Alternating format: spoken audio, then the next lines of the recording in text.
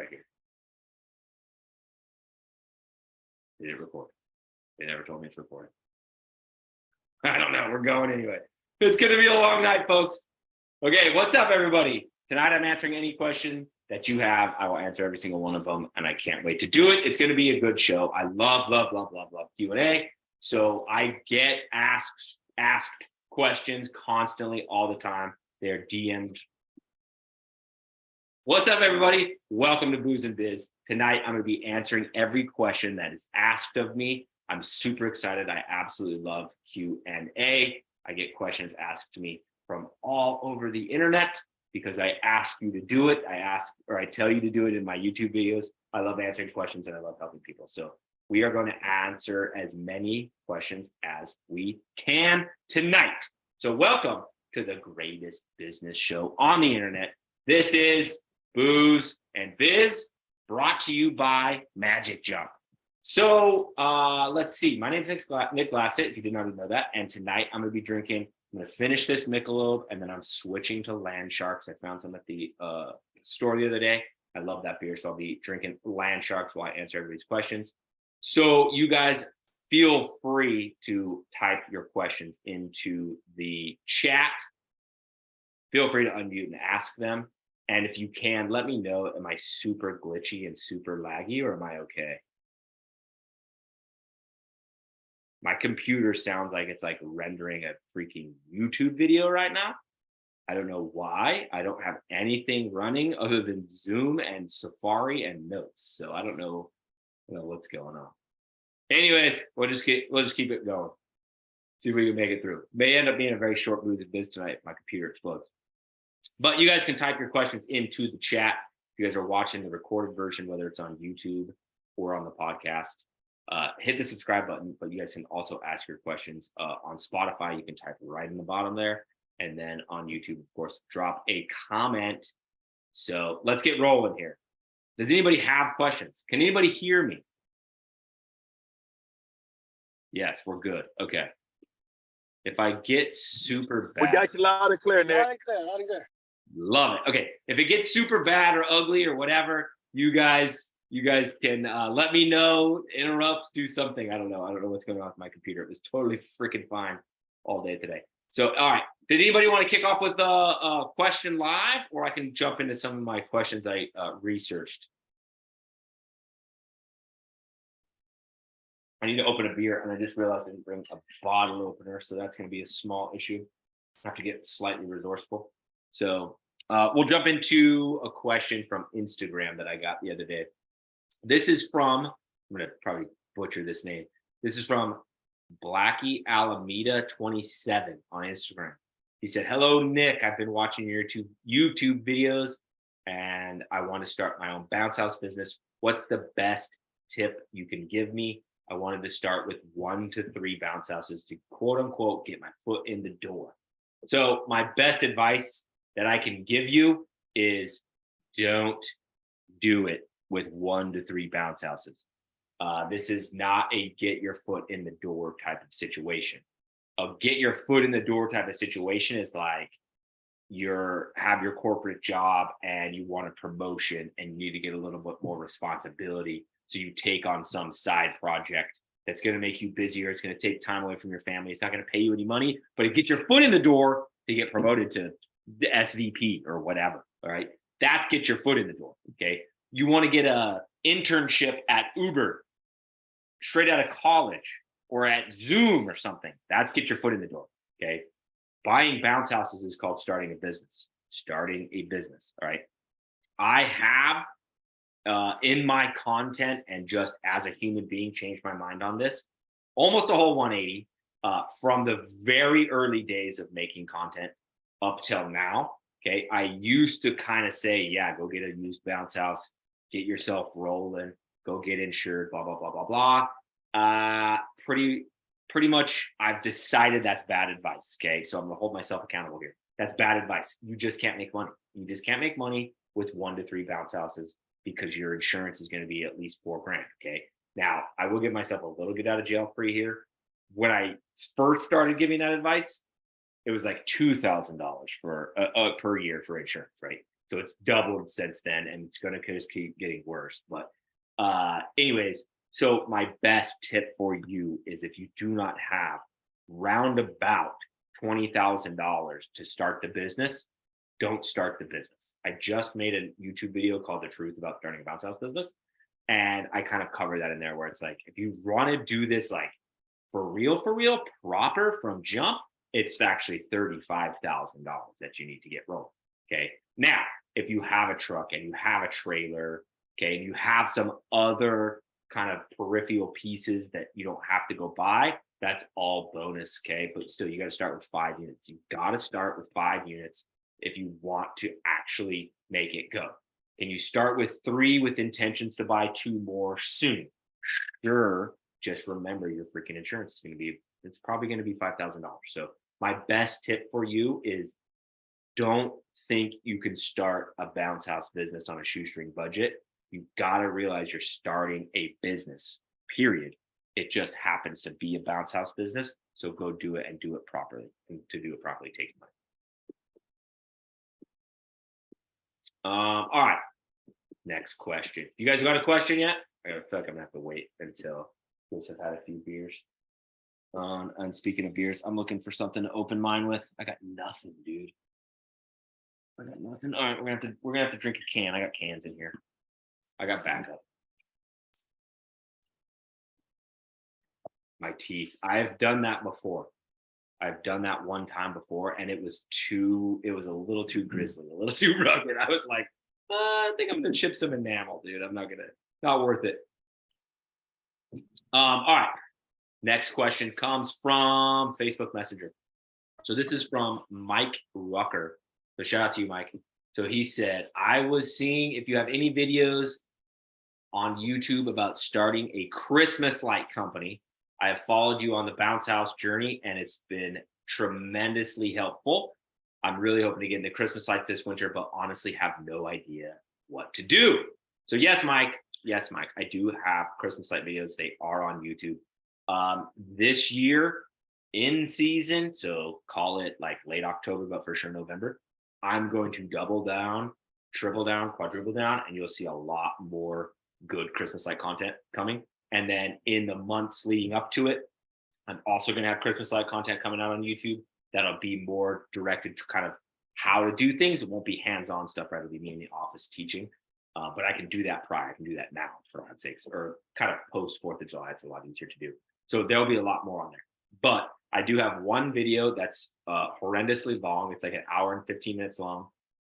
But we do, Brooke and I do a full install.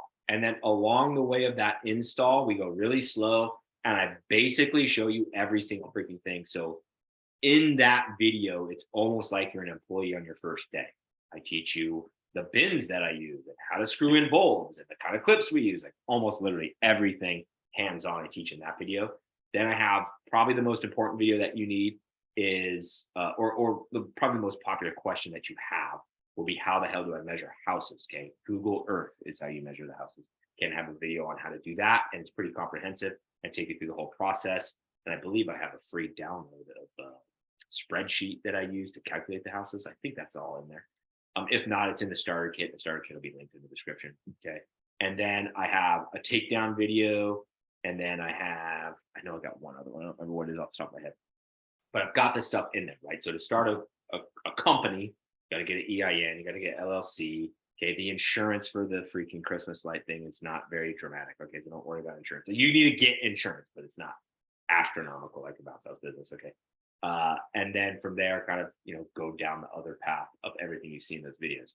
Like I said, I'll have more content coming out soon, but it's all good. It's all good. Okay. Next question is from Messenger, and it's pretty freaking close to the last one. Okay, it is from Chris Orfice. I hope I said your last name right.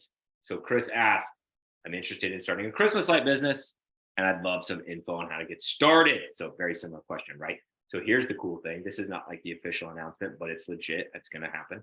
Okay, I'm doing an in-person training. It's going to be a whole day. It's going to be at least one whole day. I'd like to do a whole day with a dinner, or maybe a dinner the night before and then a whole day, kind of see how the logistics work out. But I'm going to do how to start a Christmas light class. Okay, so I did one last year. I did it here in Louisiana at my warehouse, so everybody flew in, and it was a huge freaking success. I think we had 14 people there. There was people that left and did 100K their first year. Like, it was that effective. Okay, I will give you all the freaking tools you need to go be successful out the gate. Okay, so that is going to be mid-August. Okay, I'm gonna keep it kind of ambiguous here. Mid-August in Atlanta. Okay, mid-August in Atlanta, I will have Christmas light installation business class. Okay, also going to do one roughly a week or two later. Not nailed down yet, but I'm going to do one in Dallas. I will be in Dallas. It'll probably be in or around or near Big and Bright Inflatables. All right. So if you don't know, Big and Bright Inflatables is owned by Matt, and he actually has a Christmas light installation business too, kind of ironically. All right. So for sure Atlanta, for sure Dallas. I do want to get up to you West Coasters. I do want to get down to you Floridians. And then I want to do a northern one as well. I want to get up to you cold people and do one up there. But not all the details are right. This isn't the official announcement, but if you guys are interested in that, just kind of stay tuned to my socials. You'll see it all over the place. You'll see it in Facebook groups. You'll see it all over the place. If you guys want to, if you're interested in that business, go to my new Facebook group I just built. It's called Christmas Light Business Mentors. Right? Very similar to the Bounce House Business Mentors, Christmas Light Business Mentors. And it's going to be a little community of Christmas light installers, Christmas light contractors, as we're called. And that group, I almost for sure is going to skew very new. So all the questions in there are going to be very newbie questions. So if you're new to the business, you can probably just go in there and read comments and posts and get a lot of information. But go join that Facebook group. All right, anybody got questions on the show? Hey, I have a question, Nick. Yeah, what's up, Julian? So this is my first time joining your call. I think it's pretty cool. I joined it as trying to learn about the bounce house business, but I've actually been doing Christmas lights for like 5 years. So that's pretty cool that you do both. Do you do and you brought up the Christmas light question, so I wanted to ask one. Are you doing a leasing model, or do you do it where it's a lot higher the first year because they're buying the lights, and then you're just, charging them a reinstall fee the years after? Good question. Good question. So I do, I have worded this a very specific way to try and bring value to the clients, and then to also eliminate a little bit of paperwork on my end. But I do it as a lighting service. So basically, I liken it to if I were to come light your wedding, right? I'm not leasing you anything. You're not renting anything. Like, it's a service. I'm going to come light the area. Services don't pay tax. There's no tax on service. So I don't have to charge my clients tax. So if it's a $5,000 install, costs them $5,000, bada bing, bada boom. All right. I have a much better CPA this year. So I'm going to make sure that I run that through Brian strictly, I guess you could say, or I want him to be strict on it, just to make sure that legalities are all on the up and up on that. My old CPA told me that basically she was saying that you got to charge tax on the material cost or something like that, and they have to itemize it in the thing. And I'm like, not doing that. We're just going service based. Okay. So that being said, we install at a price year one, which our baseline is $7 a foot. A higher, more crazy house will be higher. We don't really go lower, but right, if I know them, or if it's like right around the corner from my house and it's like one level, like cool, we can go down to 6 or something. And then after takedown, we store them all year. Then next year they get a 10% discount on the install. So it costs the same amount of money minus 10%. So $5,000 house goes to $4,500. Nice. I like that. I've been learning that in some of those groups. So a lot of people are doing it similar that way, because obviously you're making a lot more money that way. So that's pretty. And so kind of the pluses and minuses, right, are the selling model feels, I guess you could say it's easier to land the job. Because you can justify like, yeah, it costs way more this year because you're actually buying the lights through me. But, the following years, it's a lot less. Yeah. So basically what I was doing prior to that was I was doing the selling model. these are your lights. I just store them. And then we were knocking like 30 freaking percent off next year. And then you get to next year, not that doing the work for 30% less is like quote unquote not worth it, but it was like, oh my God, dude, I've got $400 jobs that were in the way of $4,000 jobs. Like it was just crazy to where I was like, yeah, we're not doing that anymore.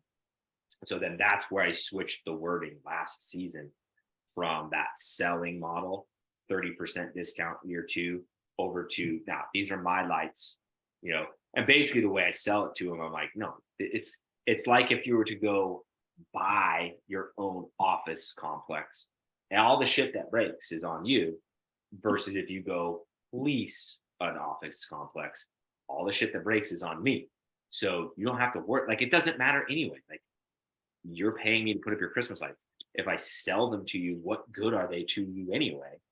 And then I always tell them too, liabilities, I can't give them to you anyway. Like, I'm not licensed. I'm not UL certified. You know what I mean? Like, so if I give them to you, you go put them on your house and you start a fire, you're going to sue me. So I'm not doing that anyway.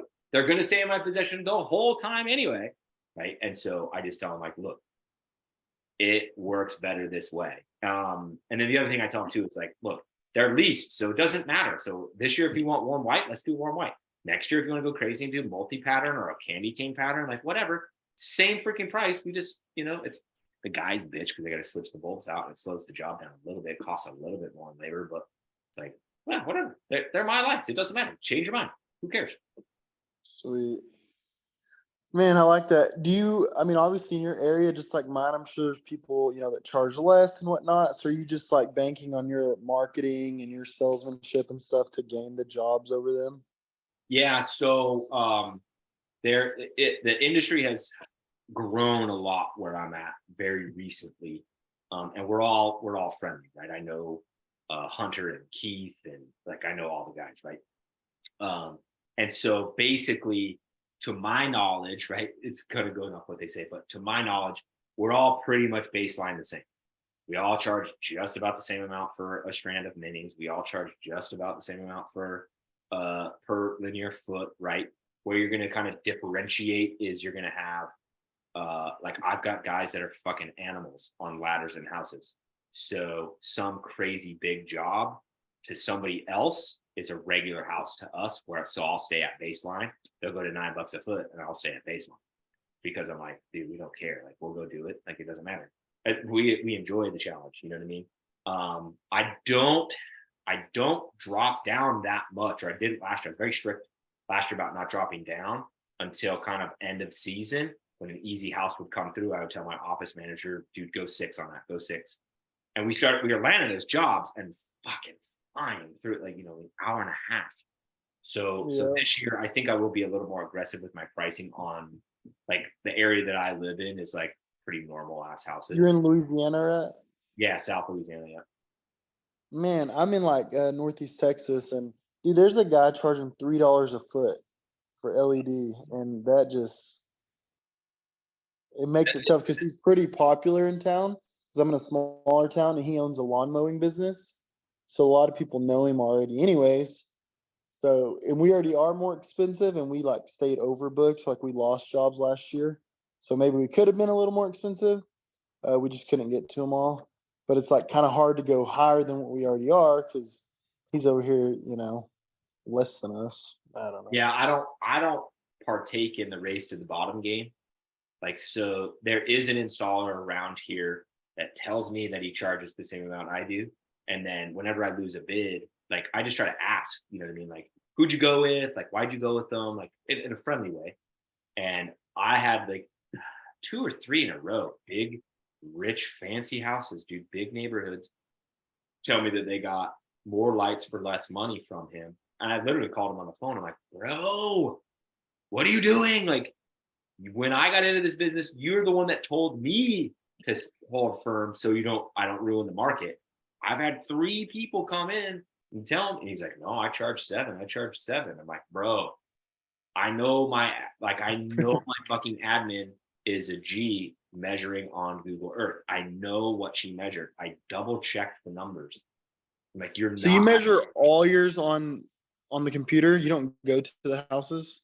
Yeah, I don't. Yeah, the only houses I will go to is if they're new and they're not on Google Earth. Oh, okay. Because we're trying to figure out how to do that online, but which our town, I mean, there's not a lot of drive time, so we usually just go to all of them.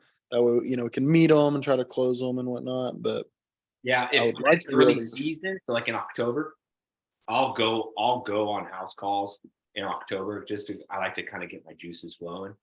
You know what I mean? And then I'll take some measurements or whatever, or some estimates, and then send it over to Cassie.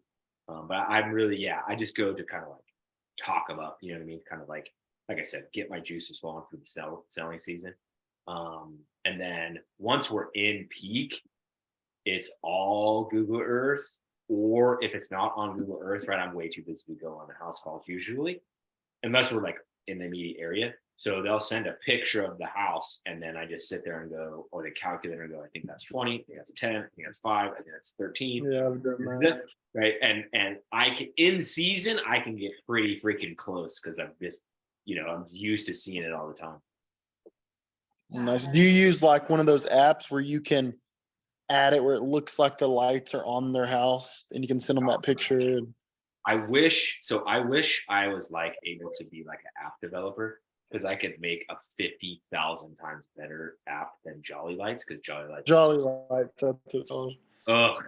I have a buddy that used to work for me actually that now lives in Ohio, and he's got a small install business up there. And he like swears by it. He's like, bro, I land jobs only because of Jolly Lights. I'm like, dude, my admin's got to crank through like 3, 4, 5, 6, 7, 8 of these a day. She can't be trimming out these lines on Jolly Lights where the app barely works, dude. Yeah. I did test it for Mardi Gras season, so we do install Mardi Gras lights here. It's over here, Britt. Yeah, she just turned 5 today. Yeah. Nice. Hey, my little girl's over tested here it. 6. So. Yeah. I tested it for Mardi Gras season because you could, on Jolly Lights, you can trim it out to any color you want. So you can make a purple, green, and gold. And we still closed the same rate. So I was just like, we just do markup. I don't know if Cassie, my old admin was actually my mom, and she did it on her computer. I think Cassie does it on her phone though. Like when I send it, I do it on my phone. Like just draw a yellow line draw a yellow line for the house, a red line for the garden bed outline, and then we itemize it in Jolly.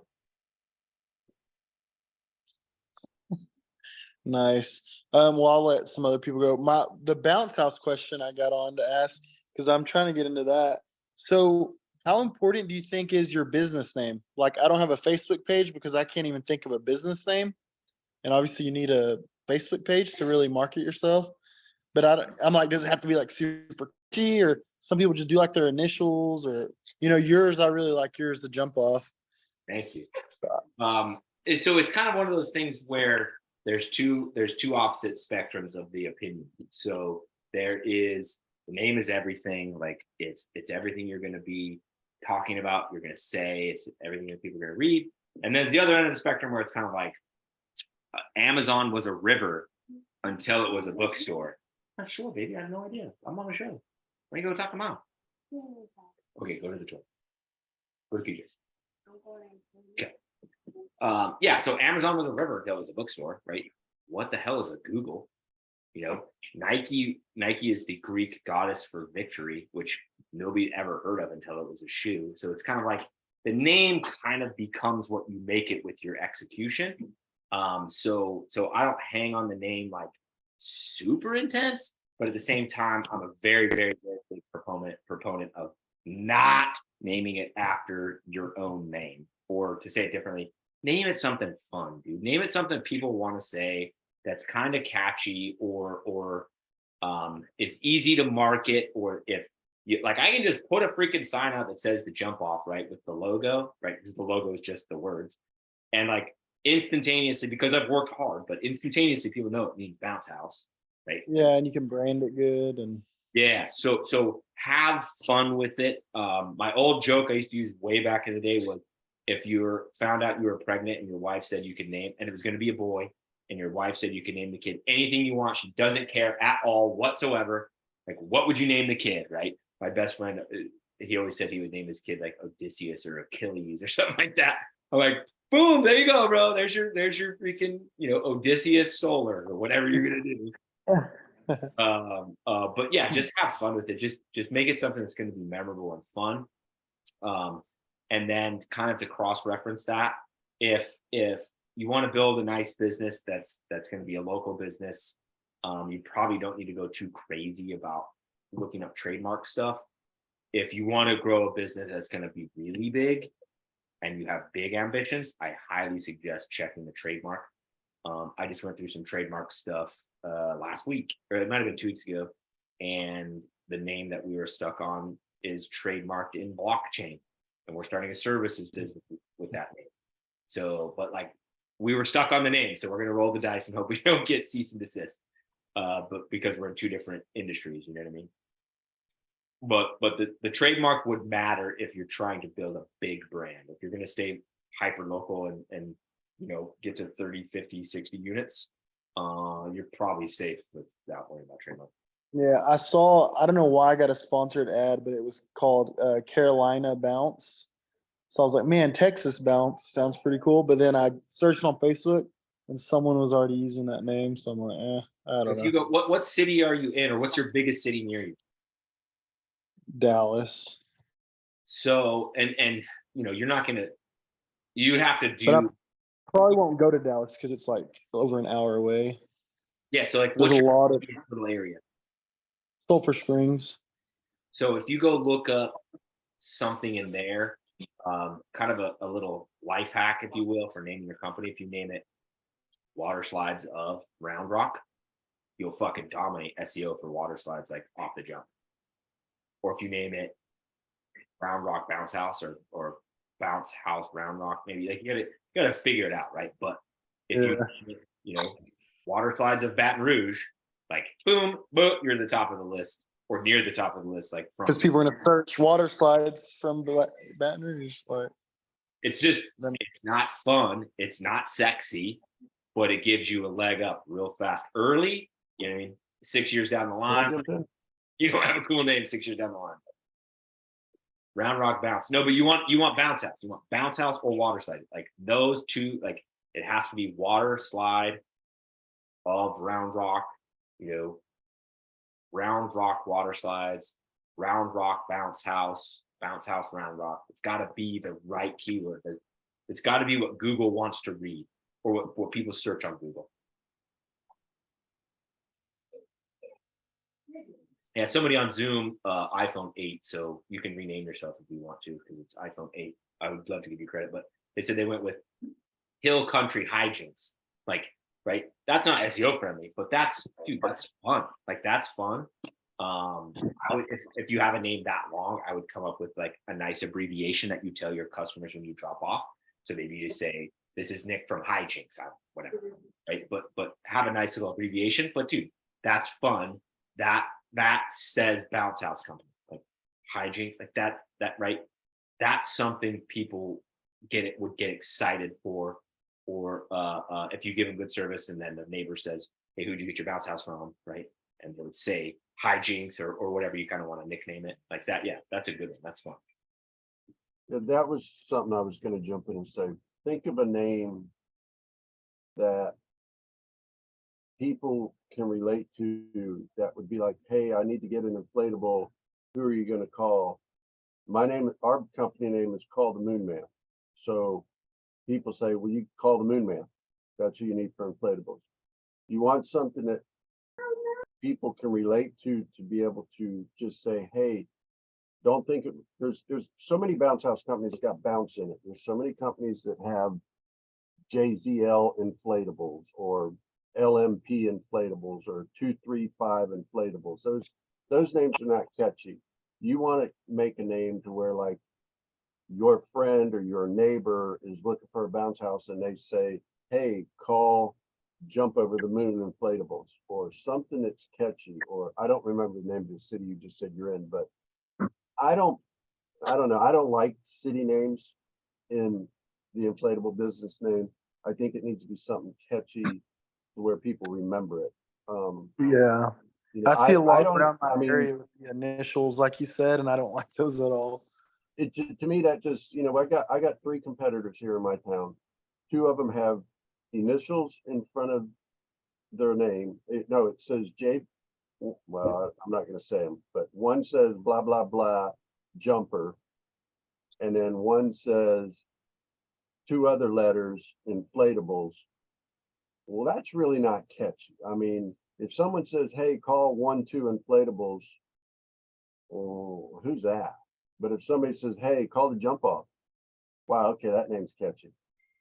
Who are you going to call? I'm going to call the jump off just because the name jumps out quicker than the 1-2 inflatables would. We've been called the Moon Man 21 years now. I walk around, everybody calls me the Moon Man. I mean, hey, who is that? That's the Moon Man. Call the Moon Man if you want inflatables. You know, it's really kind of just more of a make the name catchy and fun. Like Nick was saying, fun is a big thing. Inflatables are fun.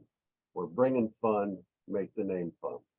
Yep. And I think Call the Moon Man is killer. Like the name is so good because it is so incredibly fun. And in and of itself, it's a freaking call to action. Like it's phenomenal. The other thing I will say about naming the company, and literally just learned this tonight. So at 6:30 we do pregame with Jumpstart. So anybody that's in the Jumpstart program has 30 minutes Q&A / whatever, we talk business. And so Wayne was saying that, so his is called Wayne's World Inflatables, and he was saying that if he Googles inflatable rentals near me or inflatable rentals city name, he pops right up. But if you Google bounce house, he's nowhere to be found on Google. So just tonight I learned it might be beneficial or detrimental, depending on how you look at it, what you put at the end of the name. So I decided to do the jump off.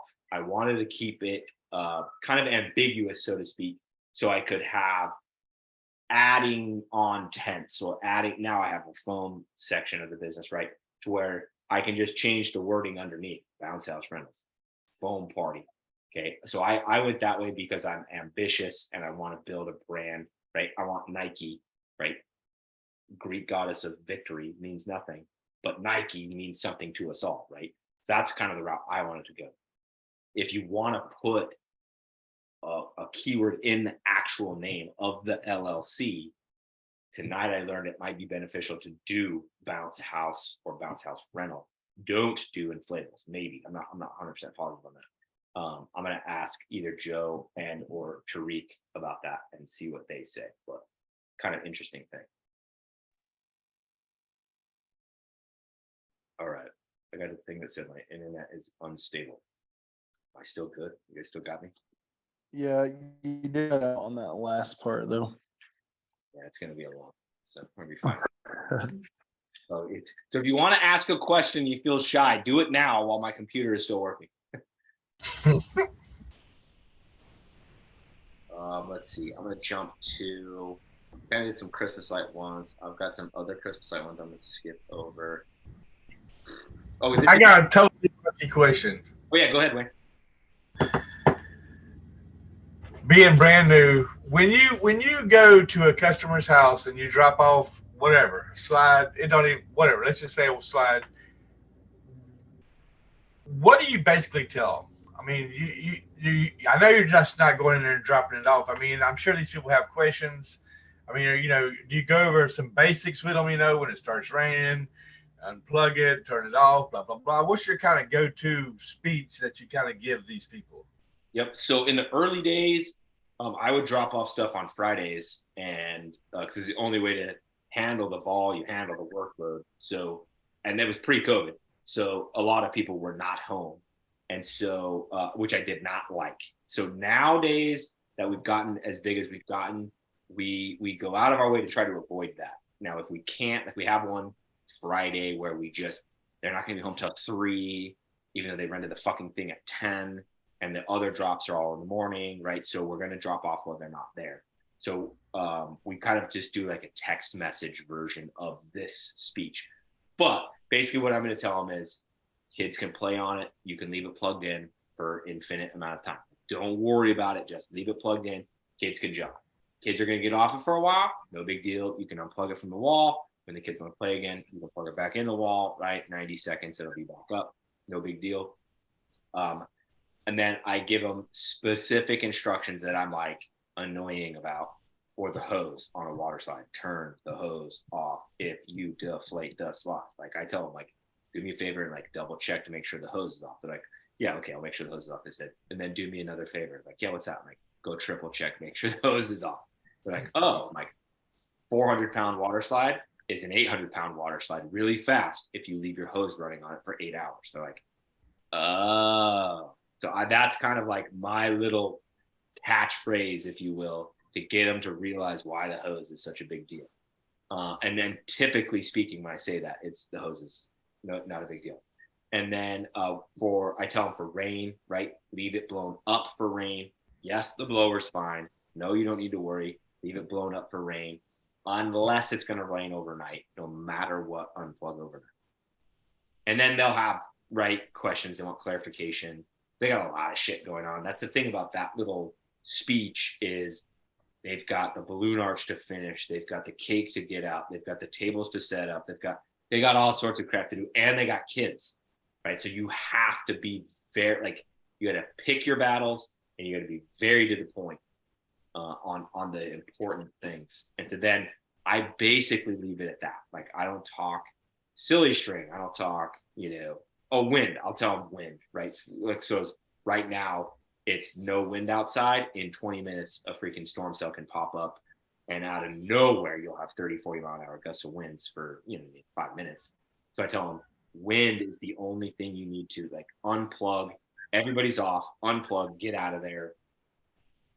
But I try to keep. Was Wayne's question about rules to give to the people? What you tell them at drop off? I put a link to just one of our safety rules that we physically give to the customers, but I have a physical written up set of rules for every unit: combos, water slides, bounce houses, games, obstacle courses, slip and slides. Every single one has a separate set of rules. I mean, they're all pretty much primarily the same, but I put the link. Well, I put it in the chat. You could click on it just to see the bounce house rules. And then of course we go, if they're going to keep it, later into the evening, we show them how to shut it down, how to drain the water. Like Nick was saying, I don't physically put all that in the rules. I put the main primarily things in the rules.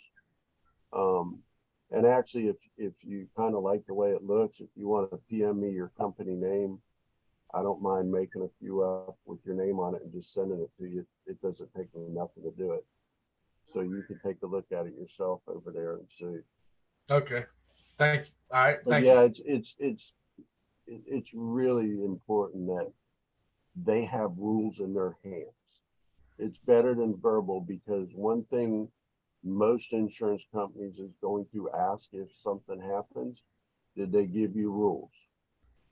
If your person just says, well, they stood there and told us that this is what we do, they like to see that rules were handed to them. I know a lot of insurance companies now require you to have rules that they approve or that they want to see that you're giving to the customers.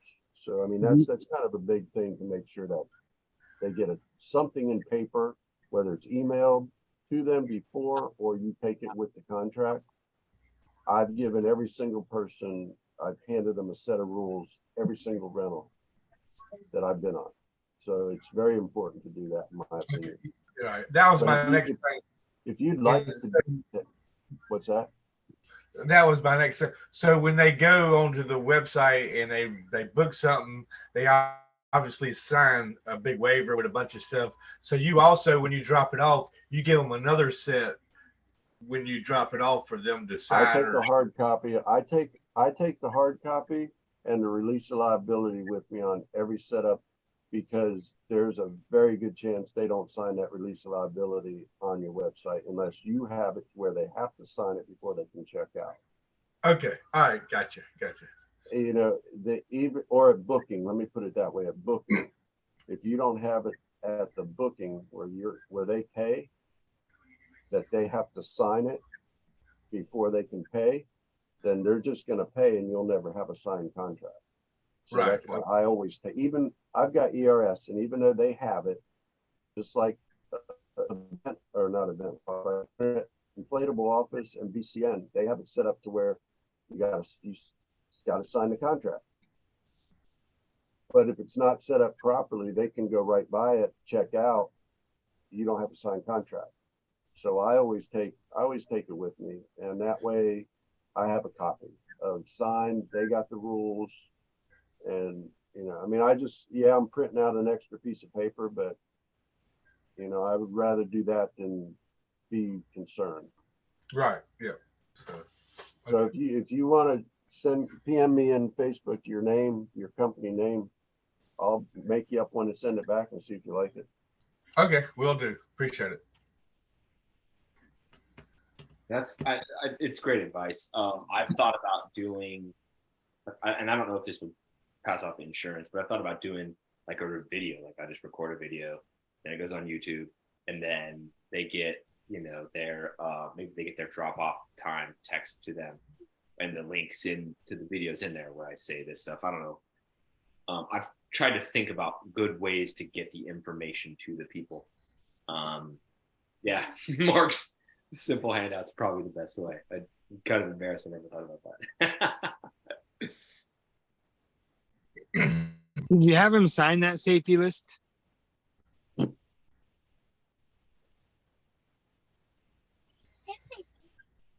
Is here too.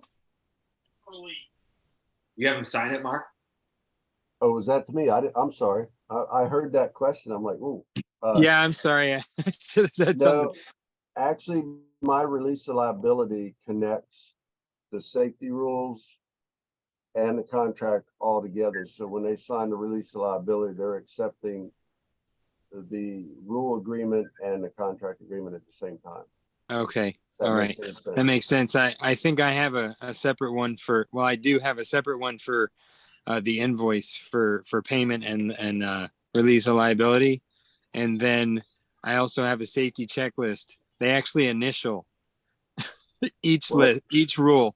Yeah, And see, that's kind of a little overkill. You might really scare some people off in a way with that. But here's the thing: if you have them sign your safety rules, do they give the rules back to you? Because you leave that with them. You see what I'm saying? I always take 2 copies with me. They have the rules with them, and I have a signed copy saying that they saw them and they understand them because I walk them through it. Okay, got it. No, that's good. And a lot of them say, hey, that other company that we rented from last year, they didn't go through all this. And a couple of them actually mentioned that they like the fact that I'm so safety conscious about it. That's real good, because I've had people also say to me that, well, the other guy didn't. Right as soon as they say the other guy, I stop them before they go any further, no matter what. I always stop them and say, I'm not the other guy. This is my company and this is how we do it. I don't even want to hear about the other company. And it's for the safety of your children, not the safety of me. It's been a rule of thumb with me since the very beginning. Anybody wants to start talking about another company to me they're renting from me, I don't want to hear it. I just stop them.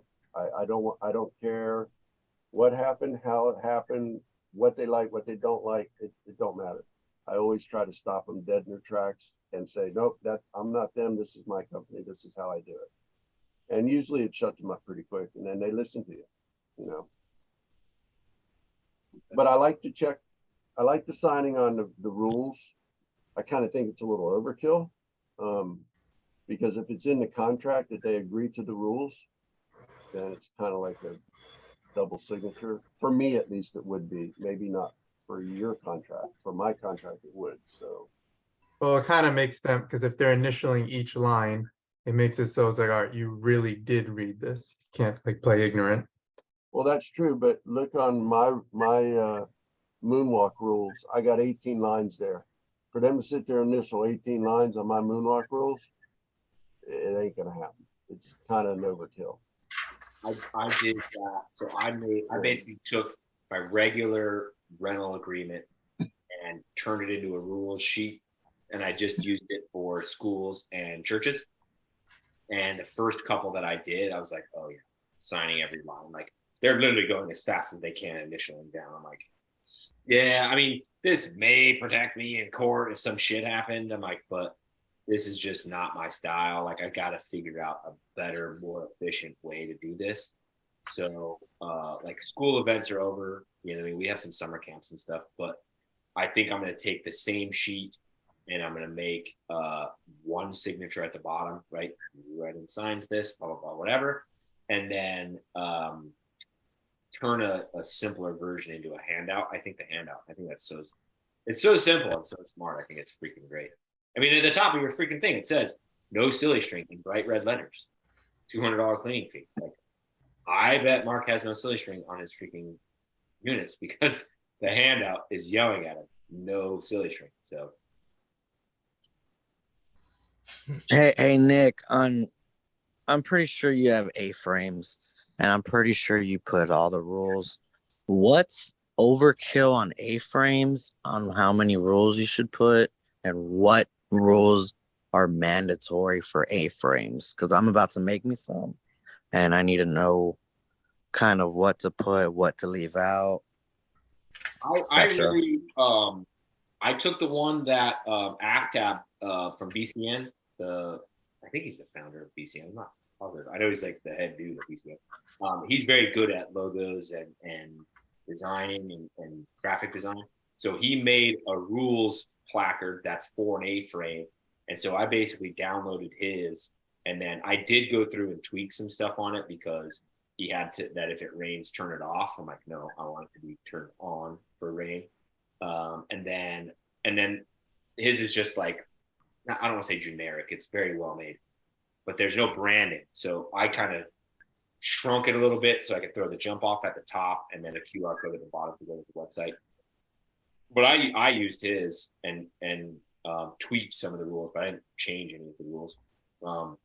If you go to my Facebook group, I don't know if it was me or Matthew, but one of us shared the Canva template in there, so it'll take it to Canva and you can just use it in Canva. I'll go look for it. Yeah, and I went through the rules and I liked, like, I thought it covered everything very well. So that's the one I used. So y'all put one of those A-frames up at every rental? Schools, churches. Okay. Yeah, just Events, really. yeah, those big That's ones. what Like we don't even. Those A-frames are expensive. Yeah, so okay. Yeah. I don't remember what website I printed it on. I do not remember. It was some fringy website, but I went with the fucking cheapest one I could find. And then the piece of vinyl, the printed piece of vinyl came, and then I went to Amazon and bought their black metal A-frames, and you can just slide in whatever you want. And there's a front and a back. If you wanted to put a back, I don't have a back. The back's just blank white, but so you could put two in, right, like this. And then I set them up at we're going to do like we do, there's a really fancy gym around here called Stone Creek. And we do all their events. So those those A-frames go to all those events, and you kind of put it like in a prominent spot right by the entrance, you know? And then for the Google picture that we take, like that thing's in the shot. So that way, if there is an incident, it's like, dude, not only did we have them sign this and then my initial sheet, but now we've got a rules thingy. It's in the fucking picture at the place. Like it helps cover you very, very well. And then on top of that, I made sure to put the jump off logo at the top. That way it kind of doubles down as marketing. And we had, I don't know if it was a school or church, I don't remember, but they were like, man, I've never seen a rules side. That's incredible. So it makes a good statement. I strongly recommend. We have two. Like we don't, like in May both will go out, but they usually just sit in my office. But if we're gonna do a church event, yeah, we take them. If I was better at sharing Canvas shit, I would do it right now, but I don't. It always takes me forever to do it. Or go to my Facebook group. It's in there. All right. We have, oh, there you go. Somebody shared it in Zoom, huh? Is that it? I'm scared to click on it because my computer still sounds like it's working overtime. Is that it? Who posted that? Austin V. Is that the Canva one to mine? Yeah, it is. Okay. So it's in the Zoom. It's in the Zoom if you guys want to grab it. And then I will make sure tomorrow that I put it in the description of the YouTube and of the podcast. So you guys will all be able to get to it no matter where you are. I'm going to text it to myself right now. So I'll have it. So I'll remember. Do you guys have other questions? If not, I can go to some of the other scripted ones. I got one, Nick. Yeah, go ahead. 811. All that number. I live in kind of a rural area, so I would say probably less than 20 or 30% of my rentals would be like with city water and city sewer. It's mostly well and septic out here. I just don't know how often are you guys calling that number to check for underground pipes and stuff? Essentially never. Okay. So it's in my rental agreement that says it is your responsibility to call 811. And if we hit a pipe, we're not liable. We hit any sort of anything, we're not liable, right? It's in the rental agreement. The reason that you put it in the rental agreement is, right, it's smart to call 811, especially if you've got septic and you've got well, because that stuff's almost always in the backyard where you're setting up, right? However, as soon as you start having 5-6 rentals a Saturday, like it's not feasible for us to do it.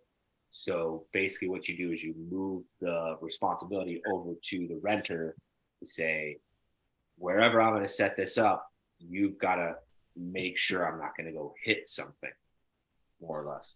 Right. Yeah, I would think most septic and well stuff is below 18 inches, but most of the time. Mark might want to tell a story, might not. But if you like, we hit a sprinkler system at a school set up in May. We were setting up foam cannon and 2 water slides, and right, which is hectic enough. And then Isaiah's like, boss, and like he just is pointing, and it's just like a little miniature geyser. And I'm like, shit. But it turned out like the janitors were like, dude, there's no schematics. We have no idea where any lines are. Like, we're actually kind of glad you hit it. Now we at least know where it's at. Like, and then I was like, do you need me to run to Home Depot? They're like, we got it. So they dug it up, fixed their own line. No big deal. And then sprinklers have been pretty easy so far because most people know where their sprinkler lines are. So it's not that but. Yeah, I did a setup on yesterday. Yeah, I did a setup yesterday. And we were setting it up, and he's like, FYI, I have sprinklers. Because where I live, like almost nobody has sprinklers because humidity takes care of that. But he's like, we do have sprinklers. I'm like, do you know where they are? He's like, not really. I'm like, do you want me to find this, right? Because you can kind of connect the dots.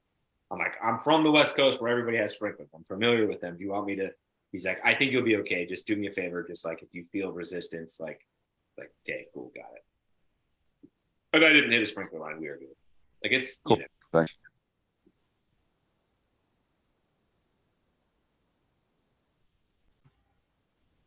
All right. So All right, I have a question. I have a question for Mark.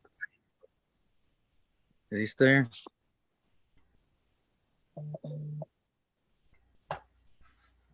he is, but I'm here. oh, there you go. All right, Mark. See, I'm about 32 years old, and I'm pretty sure you're about 40. 58. 40, close enough. 58. All right. And you're still rolling these slides. Now, what do you do to stay in tip-top shape where you ain't hurting like I was Monday? No, you just gotta, like everybody, I got a bad back. My back didn't really get hurt from the job though. It did get hurt doing a church event, maybe like my 6th year in. But my back got hurt. I got hit by a drunk driver. cracked my back in 2 places. So you just got to know what your limit is and what your limit isn't. I found stretching out like you're laying in bed almost when you're rolling, not being on your hands and knees rolling, keeps your back straight. I don't work out or nothing. I probably should. My son, the firefighter, tells me I should go with him all the time, but I don't. I don't know what keeps me going, buddy. I really don't. I get an average 4 to 5 hours sleep a night. That's it. I'm up till 12, 1 o'clock, get up at 5, 5:30. Do you eat vitamins? I do vitamins, vitamin And you C say your prayers? every night. There you go. That's really Every what night it I is. do. The American dream, Mark. Well, I tried to be. I mean, you got, when you run 2 companies, you can't stop. You work 7 days a week. So I did give up all my volunteer stuff. I was volunteering 300 hours a year along with working 2 companies. I gave all that up a couple years ago. But I don't know what to tell you to keep yourself healthy, except just take your time and just be careful with your body. That's all I do with mine. I mean, I don't have no other advice. I don't even have any health advice to give you. As far as I know, I don't have nothing like diabetes or anything like that. I don't smoke. Stopped doing drugs a long time ago. Don't drink coffee. I don't know, but I'm here. All right. And I was doing it all myself. And I'm about to send the bouncer guy, if you're listening, something in the chat for you to look at and see if that's what you want. But yeah, back when I would do it all myself, I would going slow is the fastest thing you can do. And I know it sounds weird. And I would time myself, like I'd have fun, you know what I mean? Like it gets to a certain point where it's just like, oh my God, dude, I can't like stress myself out about the schedule and time, you know? And so then I started doing the opposite, like literally go slow. Like I'm meticulous when I fold. I've gotten criticized a lot actually that I'm too extra. So like, dude, every time I ever fall a water slide over on itself, the roll sucks. It's lumpy, terrible. Every time I fall it backwards and then drag it, I'm good. Takes longer, but in the end, it makes it easier to roll. So I do it that way. I just shot a video yesterday where I was alone, so it was like shot on a tripod, but I went and did an 18-foot dual lane pickup by myself. And like you can watch me like be meticulous with the fold. Hopefully the video will be out next week, but you can watch all the shit that I do where it's just like I get done. If it wasn't 112 degrees outside, like I would have barely been out of breath. I was dying because it was so hot. But like it's all just such a process. It's like the difference of 38 minutes and 45 minutes, but 38 minutes you kill yourself and the roll's sloppy and the shit falls off the dolly. In 45 minutes, everything's nice, neat, proper. Then I get to the warehouse, the unload time was like 4 minutes because it was just, you know, all good to go. Slower is faster, dude. Slower is faster. Nick, I actually have been liking letting it go backwards. It's, I'm telling you, dude, it's the way. My It guy, has been a much better roll. yeah. Although we finally dealt with a flooded unit, and it was our 25-foot Oasis from Jump Arch. That was brutal. And I made the mistake of rolling it with the pool attached, and once we were done rolling it and realized the 3 of us can't lift it up, I'm like, yeah, I probably should have taken the pool off and did it the other way. Now I've just made it even heavier because I just made all the water go back in. So yeah, live and learn. yeah. Whatever end the water's at is where you got to roll, and it's almost always going to be cool in it. It was actually in the whole thing because like I had set that one up by myself, and I forgot that they had a bunch of like kind of like big holes, but not like wide holes all throughout. And I used like a newer tarp, so it just kept all the water, and it like downpoured the night before, so that it had pools all throughout the whole unit. So the whole unit was flooded. It wasn't just one spot. So it was a very brutal roll. I used your jump off straps. I'm like, bust out the emergency kit, and even that, like, I'm a pretty strong guy, and like I'm trying to pull. I had to use like every ounce of my energy, and I had like two of our guys rolling, and I'm like, this is brutal. Yeah, I have some cool little tricks that I do for flooded slides. For the 2 times that we had a flooded enough slide, I couldn't shoot a video really. I made a shitty TikTok if you want to go watch it, where it kind of like shows it a little bit, but that one we were on a time crunch. The guys forgot to charge the rolls off. The time we only had one rolls off. We had to pick up a 22-foot dual lane that we were flipping that morning, an hour drive away, and the property that it was set up on, it had to have been 200 yards away. So it was just like we had to go as fast as we could. I couldn't shoot a video. Then the other one, it was like it was raining at the time or something where it was just not feasible. But so let me see if I can explain this. So you fold, and you kind of fold slow so you can take that water and make it go downhill to get away from up here. And as you fold, it goes in, right? So you do that twice. And then as you roll, one pushing and one with the rolling straps, the tighter the roll, the better, because you'll push the water out. But then, let's see if I can explain this in my opinion. So then when you get to the end, right, you roll this way.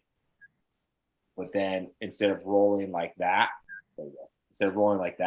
if you roll past it and flip that out, the water will that's a bad way of explaining it, but you roll it. I get what you're saying. Yeah.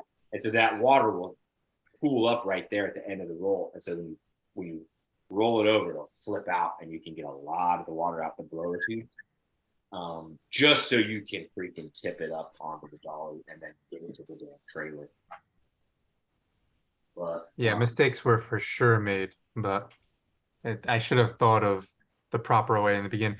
Because even when I said, all right, let's take the pool out, they're like, wait, we could have taken the pool out. I'm like, yeah, that's funny. probably Yeah, should have. And that unit has a massive pool too. Like if you've ever seen the Oasis, it's huge. So it was terrible. It's one of those things where, I mean, you just have to do it, I mean, how many times have I done it for this quest to where it's What like, size Oasis is it that you have? Of course, the 25-footer. Oh, so you bought the one that fries your back every time you move it. No, it's normally it's not bad, and I roll it very well. It's just that was a nightmare. It actually rents very well too, which I'm glad about. yeah, all of our jump, we only have 19-foot jump lunges, but they all roll. I mean, one person can roll those, like, right, as long as there's not an emergency, like it's flooded or something.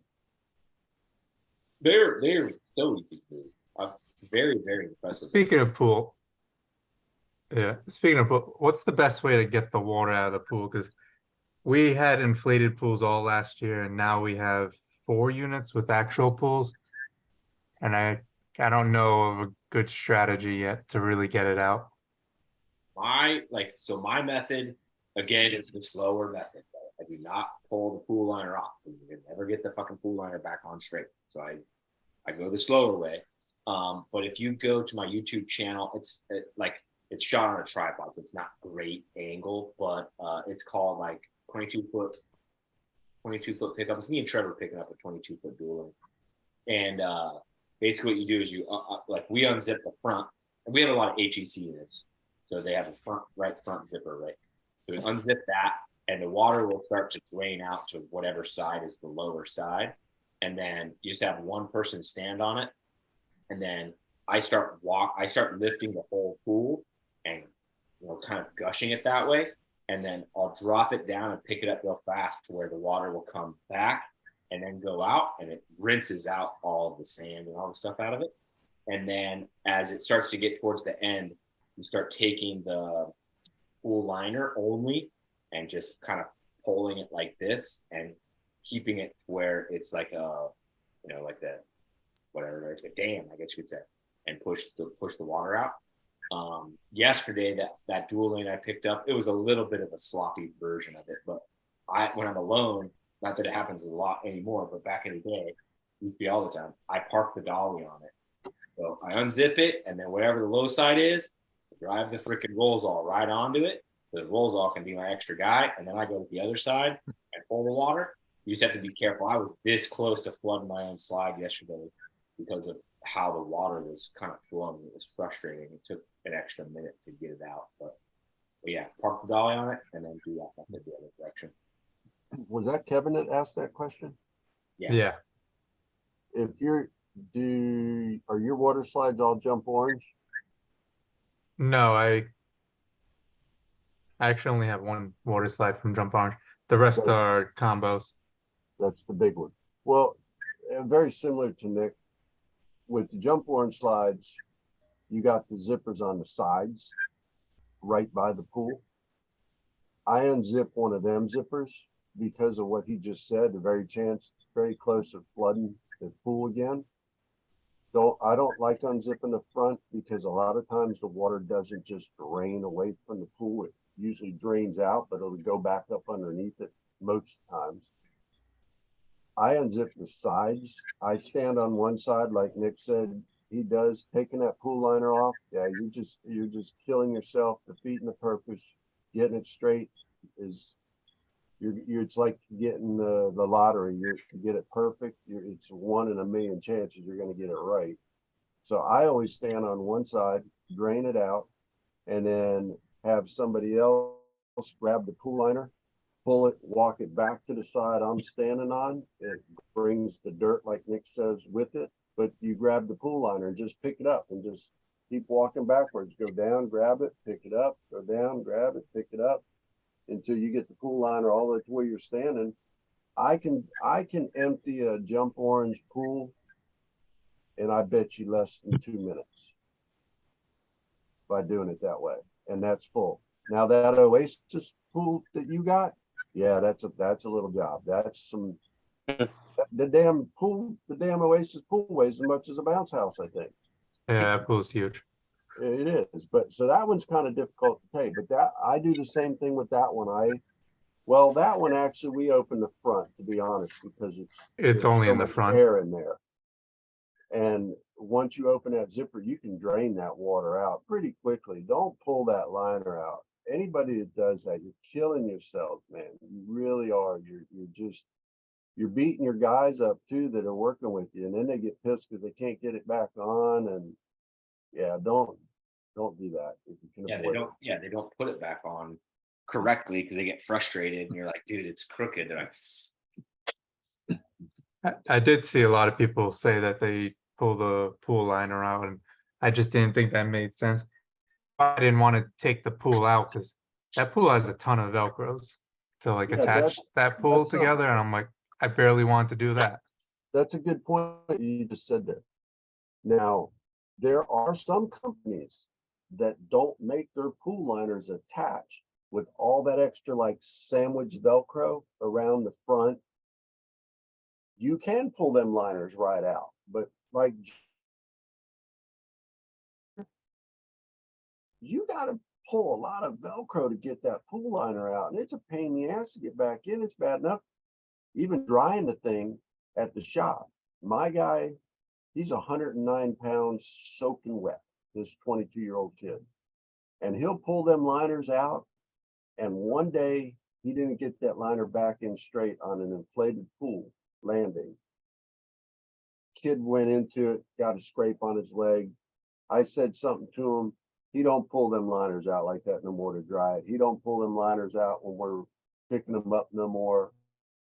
It's just a waste of time because you're going to get the water out. It might take you an extra minute or two, but in the end, you don't have to fix it back at your shop. You don't have to fix it at the next job. You don't have to worry about it. It's still there. It don't even have to be completely dry. I mean, some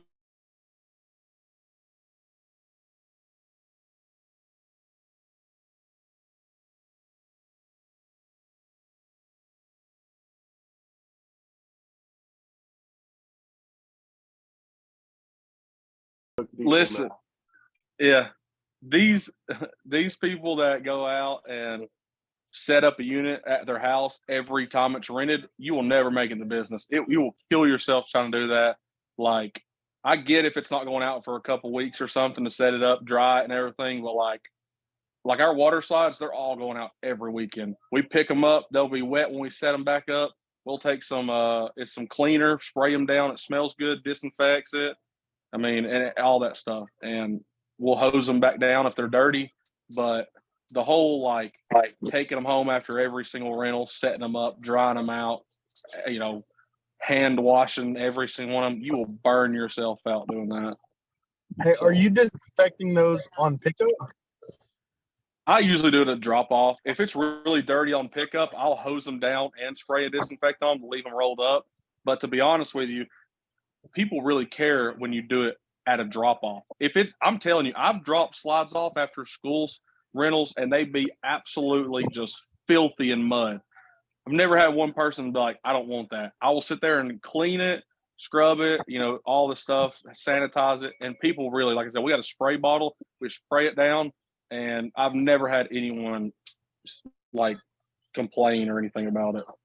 I've actually had a lot of people give me compliments that I brought a clean bounce instead of bringing a dirty bounce from somebody else. I've gotten a lot of people like, oh, the other guy, he brought a dirty bounce and he just started cleaning it in my front yard. And I thought that was kind of gross. I've gotten that a lot. So, I mean, whatever works Yeah, I for had you. that a few times. I've I had a had customer that a last lot. week say That's that. why they don't call House is back. different The than guy, slide. you're bringing a dirty bounce to another house. That's gross. If I'm a customer and I see somebody bringing a dirty bounce with grass and it still has some water from the last party, to me that's gross. And then it's been sitting there for a whole week, getting all mildew and moldy, and it probably smells like shit, to be honest. Well, I'm I'm not doing that. I can see everybody's point that just spoke up. I just saw 4 names go across the board that was just speaking on this. But I don't know who the first guy was with the iPhone. He kind of had the Texas sounding voice that was talking about he doesn't completely dry it before he does it. I see his point 100%. There's times when even my water slides will go out on one weekend and I know they're not going out till the next weekend. If they're not dirty, I'm not going to set them up and dry them and take the time to waste the money that I just made to dry them. I'll take them to the job. If I open them up and they are 9 times out of 10, they're not going to be slimy and stinky in a week. It's just not going to happen. 2 weeks, you might have an issue. But you always got bleach and simple green or something mixed up in your trailer. You should have that. Give it a quick spray down. Have one of your guys run up and wipe the walls down that he sprayed, and the customer sees that and they're like, wow, okay, this is good, this is cool. But I do agree with, I think it might have been Kevin that said, I'm not going to bring it with grass or dirt and stuff. Well, Al said that. Well, but I agreed. I agree to that too. If it's like that, when you pick it up, you really should rinse it out anyways before you take it down, just to get that stuff out of there. So, I mean, I see everybody's point that just made a comment. Everybody's comments were good. Everybody's was sensible. It was everybody's own opinion. That I like to hear that kind of stuff. But when it comes down to it, the bottom line is, how do you leave it at the customer's house is what is the final product is, how do you leave it? How do you leave it there? Do you leave it with the grass from the people from the last party? Or do you just take the time and say, hey, let me get, a towel and wipe this out real fast? Don't make a big deal of it. A lot of customers won't say anything if there's, a little bit of something in there. If you clean it out, it's if you don't clean it, that's where you're going to have issues. But the first guy, which I didn't catch his name, he totally was 100% spot on. I mean, you're killing yourself, you're killing your profits, you're wasting your time if you take a slide that comes in on a Sunday and it's going out on the next Saturday, and you take 8 hours to sit there and set up your shop and clean it and let it sit up and dry and all that. You're losing money, and That's why I like just cleaning on on pickup. I clean that pickup. Also, another reason I clean at pickup is because usually I have more time during pickup than drop off, where I have to just get in, get out. So You're right. I'm not going to leave the cleaning for that time when I need to get in, get out. Right. That's another good point. That's another 100% good point. You know, if you got time to sit there and rinse it out and get the dirt off and that right then, all you got to worry about when you set it up the next time is, hey, is there something maybe I got to take a towel and wipe off real quick? That's it. So, I mean, every single thing that was just said in the past 10 minutes in this show was 100% spot on, good points. Regardless, I We care- usually send someone up to the top just to like odor ban or whatever, because Yeah. after you roll, there's usually some kind of smell. And Regardless. Audubon, the Audubon you just said, another good thing a lot of people don't think about, don't maybe not even know. I keep you know, the little spray bottle, the little, what are they, like that big? I keep one filled with Audubon, and God forbid if there's a little bit of smell, musty water smell, go up to your motor where it sucks the air in, spray the Audubon into that motor, not on the wires, but into the base of the motor, and let it just suck them fumes and blow right through that slide. And believe me, you'll start smelling it come out them seams. Beautiful, perfect. Customer That's the best trick I've ever heard, ever. That's the best life hack I've ever heard. Do not tell me you have not done that before. No, I've Yeah. never thought of that. That's incredible. I've tried sprayed it. the blower. I've Does it work the actually, same spraying the No, blower tube? 'Cause that's just what I do. I like drench the blower tube. the problem is if you try sticking your arm, open up the zipper and sticking your arm there, it's going to blow the air back out the zipper hole. Blow it into the frame of the motor down to the bottom where it goes down to the feet. I actually take Fabulosus, the rosy smelling Fabulosus, the purple stuff, and spray it in the bottom of the motor, and you could get it just ferments right through all the seams coming out. That's such a good idea. We just take black ice car fresheners and throw them in the slides. No, we don't really Are do those that. things you used to put 'em in? I'm kidding. New car smell. No, but know. for real, like I carry around a skimmer net for a pool, and like if I ever, it's you can sit and clean grass out on a pickup. It's never gonna get you. You can get it all out, but it's gonna take forever. So typically, when I fill it up with water the next time, I'll catch it all in a corner and just get it out. I mean, that's what I found that to be the easiest way in a pool. So. Mark, you gave me I have an incredible business idea now. I went 10% now. I don't know if anybody's going to buy it, but I have the means to make it happen, or I know how to make it happen. What smell do you want? You want mango? Do you want coffee? You want cherry? Tropical smell, man. That's all you need. Just tropical smell. I can make this happen.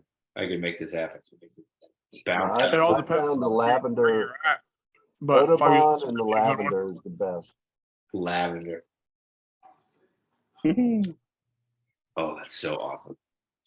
Okay, next question.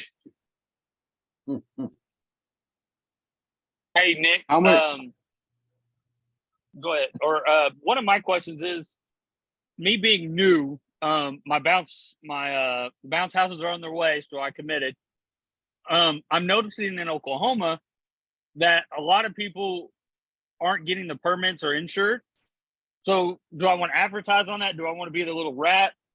Because literally we have probably 9 listed on Facebook within a 75-mile radius, and only 1 is licensed and insured. Don't worry about with it. the state. Yeah, absolutely, I would advertise it. yeah, advertise for sure. And then what Mark said, don't worry about them. I know, I mean, you're an entrepreneur. You're a thoroughbred entrepreneur. I already know that. So you're going to operate your business like a successful business. All those people that are not licensed, not insured, and don't go through the proper channels for the state regulations, I mean, I don't know what to call them, but like side hustler is like not the right word, but they're just not serious. They're weekend warriors. They're not going to give they're not going to get your church events, your schools events, your big city events. Like that's where you'll dominate and make the big money. That's what'll be different. They are. That's the thing. They are getting those events right now. Well, you can call into the school board and tell them that they're not operating, because a lot of the times this is when you do call the school board and say, hey, I need to check in on this requirements, because here I am trying to do it legit and get my license and be insured, and I'm losing out on these jobs to people that aren't insured and licensed. And what's happening probably in your area is the PTA committee is probably the one booking it, and they don't have to like turn in. I've ran into this. They don't have to turn in anything. They're supposed to, but they don't. If it's getting booked through the school, they have to actually provide the county, their county, with proof of insurance and stuff like that. So that I would call about that. Just because like rat. I'd be a rat for sure. Yeah. Also, do you sorry. No, go ahead. Do you sell fireworks? Yeah, that's what I was gonna ask. Or is those just your 4th of July fireworks? How many both. How many fireworks do you have? 4 this year. There you go. My previous life, up until my last adventure, I had 10. I had to sell 8 with a non-compete to buy an automotive shop and record service. We can go down that tunnel another day at time. But yes, I am at a fireworks stand sweating my ass off. I need to get with you because I'm starting one next year. Get ready for some stress. 95% of your sales are done in 2 days. Yeah. So when I say, can y'all hear me? Yeah, we can hear you. Okay, so when I say stress, I mean like this one here, you're looking at about 35,000 just in inventory.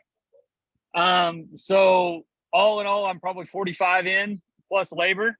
And so far I've made $2,500.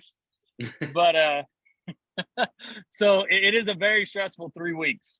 You've only sold $2,500 or you've made $2,500? Sold. Now I've got my big orders coming, but Yeah. there's only been a 25. But now, depending on where you're buying and how much you're buying is going to be your margins. Oh, I mean, I just ordered. So we always do a big show, and I actually have is it the 1.3, like the actual for the bigger fireworks? I got that license. I just don't have my shipping container to store them in yet. I've already done the fingerprints and everything. And then I actually just signed up for like the wholesale. And you have to, I mean, we did like, we only bought $5,000 worth for our private show this year. But I mean, the price difference, we paid per case what you would for one. I mean, we got, I mean, you wouldn't imagine how much we've got, but you know, a lot of the good stuff too. So if you're buying it, let's say at $100,000 worth, I got to say you would make good profit off of it. But maybe I'm wrong. No. Your margins are there. Yeah, you're going to be just fine. Okay, and it's pretty big. I'm in Georgia now. I do know they made some new regulations with how you set up now. If you're grandfathered in Tennessee or Georgia, I think you're good without sprinkler systems and all that and inspection. But I don't know how they actually what they require. I know it's per state, but I'm curious to know on. Because it looks like you're just in a shipping container with a, yeah. Okay. But it's got a built-in office too, so that's kind of nice. But containers cool. don't have to have a fire suppression system because you have your exits, as long as you got more than 6 exits. So your door, like this is the office, but anyway, AC, but see down there, but it all different. Don't try to stay away from the tents. I got a friend that sorry for the traffic. He lost in Tulsa. He lost $2 million this year. He had 20 tents, and the wind and rain come wiped him out. So you got that. He said that's what's going to cost him about $2 million. So what's it called? Like where you store the fireworks? That's what I'm trying to think of. What do they call that? That's your storage. They're not going to harass you on that much, dude. Okay. They're really. Well, what not. I was saying now, is when you actually get your license for your, I guess it's your 1.3. I think is what it is. Like the bigger ones, like the 6-inch up to 12-inch. I mean, all that stuff. Anything over 2-inch, you got to have they have to come out and inspect where you set up your storage, and it has to meet all these specs, and it's got to be so far away from the road and so far away from where civilization and all this stuff. And they actually come and interview someone with the government to do an interview with you. But it was ATF will do that. Yeah, no, that's totally different. You can't sell those big ones that you're talking about to the public. The biggest thing you can sell to the public is a 500 gram, and that's what I do.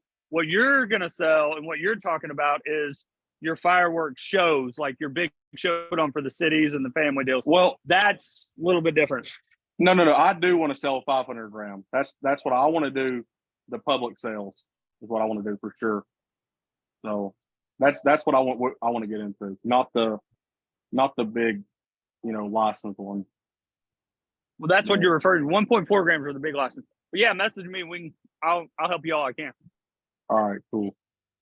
Thank you. Yeah, if I didn't love 4th of July so much, I'd do it. But I already got enough slides out, dude. I don't need to be selling shit too.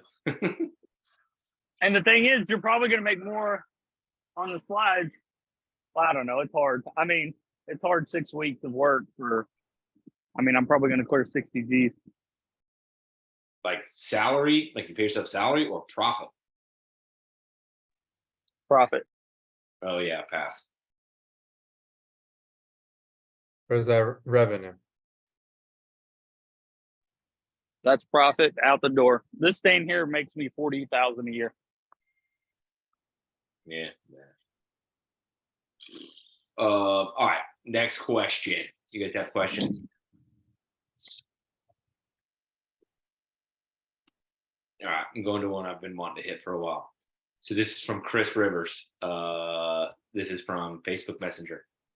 What is your thoughts on eliminating delivery fees and just calculating the average delivery and then adding that into the price so all the pricing is transparent? I'm also considering removing my overnight fee, which is $30. I don't see why we feel the need to charge so many fees. In my opinion, it's bad business. So here we go. It's a lot to unpack here.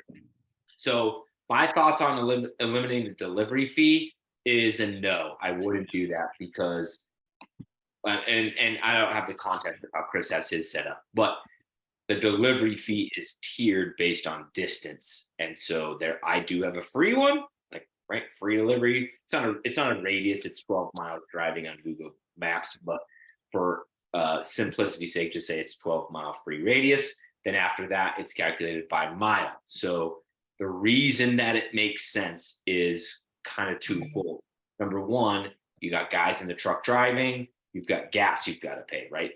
That further away delivery creates more expenses or drives profit down. So your delivery fee keeps you profitable, okay? The other thing is if you're new, you probably don't want that, or you want it really big and really low, because it only makes sense to have a shrunken delivery area is if you can rent your inflatables out in that area. Now, not completely out, but be busy in that area. When you're new, you can't. So it's worth your time and money to go outside of that 12-mile radius for free or for very, very cheap, because that's the only place you can rent the inflatable. As your business grows and your SEO gets stronger, cool, shrink your radius. Okay, I'm all about that. Now, for the industry standard or industry norm of adding on fees, I do kind of agree with Chris. I'm not quite sure why we're so fee happy in this industry. Now, it's entrepreneurship, so you get to do what you want. You get to run your business the way you want, and so you do you. I personally don't like a shitload of fees because I know that you're going to get abandoned checkouts more often, because they're going to get to the checkout and be like, dude, why didn't they just say it was going to be blank? Why didn't I, right? I don't know the other day that they were uptight that we wouldn't bring the bounce house through the house, and they wouldn't tell them on the website they couldn't bring a bounce house through a house. Like, right? That's crazy. But the fees, I think, are kind of along those same lines. So I try to mitigate my fees as much as possible. I add a fee when I have an added amount of headache that is justified for the fee. So a park fee, you don't need a park fee when you're small, because you need the park rental. So shut up and take the park rental and go pick the thing up at 3 in the afternoon, because you're small and you need the rental. Okay. As you get bigger, that time constraint starts to be a burden. So then you add a park fee to make up for the extra labor that it takes to send a separate truck to go get it from the park at 3. When it's just you doing all the shit, just go get it. Okay. Unless you literally don't want to do it, cool, then add a park fee. All right. And then for his overnight fee, okay, so he's also considering removing his $30 overnight fee. That is something I've actually kind of been toying with because I prefer to leave all the rentals overnight. Anyway, so if I remove the fee, okay, and I'm going to tell you why I haven't yet, but if I remove the fee, it just kind of creates simplicity for everybody and also creates a value for the customer where they know they're going to get it overnight. As of now, almost every customer is surprised that we leave it overnight. Most of the time they're delighted, right? But they're most of the time surprised. Okay. The reason I haven't done it yet is because I have 6-hour rentals set up. Okay. We're going to leave it past that overnight. We know we all drop things off early almost every single time, right? 90% of the time. But the reason I've left the 6 hours is kind of another 2-reason thing. Number one, it's already built into inflatable office. So to go change it for all the units is kind of a pain. Okay. But number 2 is if you don't have a time constraint for the drop-offs, which I didn't when I started my website, everybody picks 8 a.m. for their drop-off. Like all the drop-offs are late. You can't use the delivery planner because it gets all goofed up because everybody, when they don't have a time constraint, they just pick 8 a.m. So I think the right move, if you want to get rid of your overnight fee and leave everything overnight, is instead of asking them to have a time block of the inflatable, then you just say, what time is your party? And then you have some sort of verbiage that says we drop off between 7 and 12. We'll make sure we're there before your party. What time is your party? The kind of the third or extra reason I haven't done that is because a lot of people pay that overnight fee. They just book it overnight and we make it extra $40. And we do reserve the right to go pick it up at 6 if the rental ends at 6. If we need to, however, if they paid it overnight, we deal with whatever time they pick. And it does generate extra revenue. So I don't want to kind of cut myself off of the revenue stream of the overnight fee. But at the same time, I don't know the answer to this. If I book more units, if I offered everything free overnight, what time is your party? Because everybody around me does Friday to Sunday rentals. So it would put me in a little bit more of a competitive place. Why we're so fee happy in this industry, I literally don't know. I don't really have an answer for you. And that's just because I haven't thought about it much because I don't like fees. But the good news is you get to do whatever you want. So if you want fees, do fees. Whatever. Just know that I think it has to do with your area too. I mean, I know we were talking about this earlier, but like, I think it has a lot to do with the area. And then like, you have to make a decision. And I kind of made a decision this year, like I want to try to have more time to us for 4th of July. I didn't want to close because I know some people that close on the 4th, which is just stupid. But we were like, we're going to do a 20% increase. And if we get a bunch of bookings, great. If we don't, we don't. And I also I used it as like, I had one slide that was going somewhere and the woman was like, yeah, I just, I can't do that. And I was like, look, I'll take it was like a $60, the 20% fee was like $60. I was like, I'll knock that off if you want to book it. It kind of can use it as a sales point. And most people are understanding when I say, hey, we do a 20% increase in price because, I'm having to pay my guys more and it's hard, everyone gets it. It's a holiday. Nobody wants to have to work and all that. So like I compensate my guys for working on a holiday. But like I said, I think it has a lot to do with your area and it's all in what you want to make of it too. If you want to get a lot of bookings, then I would say don't put the holiday fees or something of that nature. But I do get questions a lot. I mean, like I said, we went over my conversion versus clicks, and it's a pretty substantial difference in the number. But we've been doing fine, so I haven't really paid it just now yet. If you're in the Upper Peninsula of Michigan, or if you're in Canada, you know what I mean? Like your rental window is like this long. So I get higher prices and stuff. Like a holiday fee for 4th of July. Like this is the first year I haven't had. Like I've always had one. Kind of because I have a smaller inventory. It's a little bit of a longer story, but I have a smaller inventory and I guess you could say less competition. So we'd book out. Like we'd book out no matter what I charge, kind of. So it's kind of like, yeah, we're going to be stressed to the that's a good way to say it. It's like a stress test. Like we're going to be at capacity. We're never deliver this many units. We never run this big of routes. We never run this many routes. Like, just going to charge more because we're out here on the holiday and we're giving our time. The landscape's changed a little bit to where it's like, I'm like, me and you talked today, David. It's like, I mean, I'm steady, but like, I don't need to charge it extra. Like, I can take on a zillion more rentals. Like, I'm good to go. I don't need to have the fee. You know what I mean? But I just don't know where the fee comes from. I have no idea why we're so crazy about the fee in the bounce house business. No idea. But are y'all leaving money on the table not doing the fee? It depends on who you ask. So my argument is, if you have a $30 delivery fee that somebody says no for, you got to do how many rentals to make that? I give you 10 rentals at a $300 water slide to make back the one you freaking just missed over 30 fucking bucks. Like, it's just, but like, I have a volume mindset. I have a volume mindset to where it's like, I'd rather lower the friction and be like Amazon and just blast volume because I know I can handle it. That's the thing about the way I have my business set up. I know I can handle it from a trailer and vehicle standpoint to, most importantly, the human being standpoint. Like, I can handle the volume. So there's just no point in nickel and diming when I can just lower that and just blast volume. Can I jump in? Yeah, go ahead. I don't know who Chickasaw Towing's name is, but to answer that question that you just said, it's a wide variety question according to your demographics. And I'm going to use that word because I use it in a lot of things. Your demographics tell a lot of things: how much you're going to charge for inflatables, how much you can get for your concessions. Demographics up north are totally different than down here. Demographics in the mountain are totally different than down in Texas.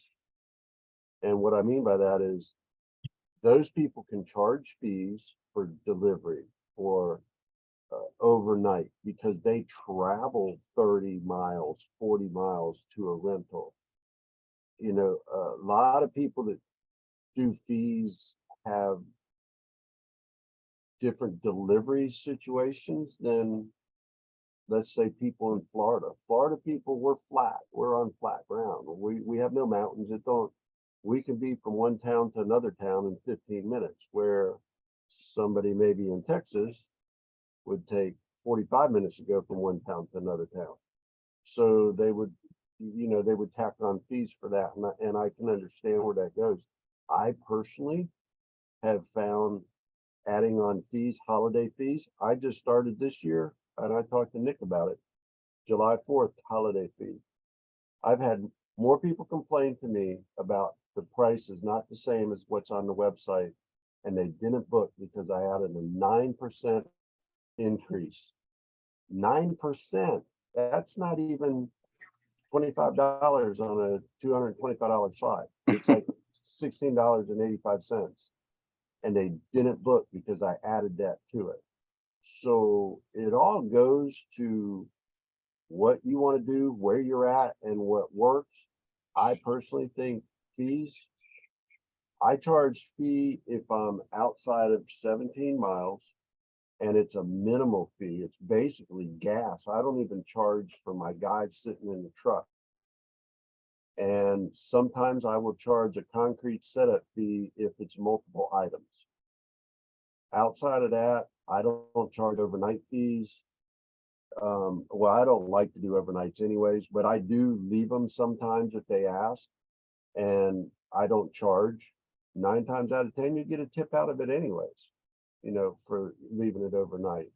But as far as the fees, your question, what you said is, I think if you were to talk to Ismail in the groups, he charges fees, and he gets it out there in California. I don't know how he does it.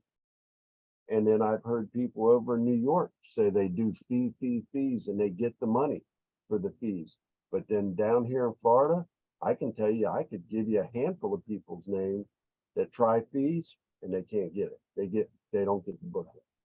So it all goes to where you're at. In my opinion, that's the way I look at it. I'll be honest, like with me, on the fees and everything, I've left a lot of money on the table.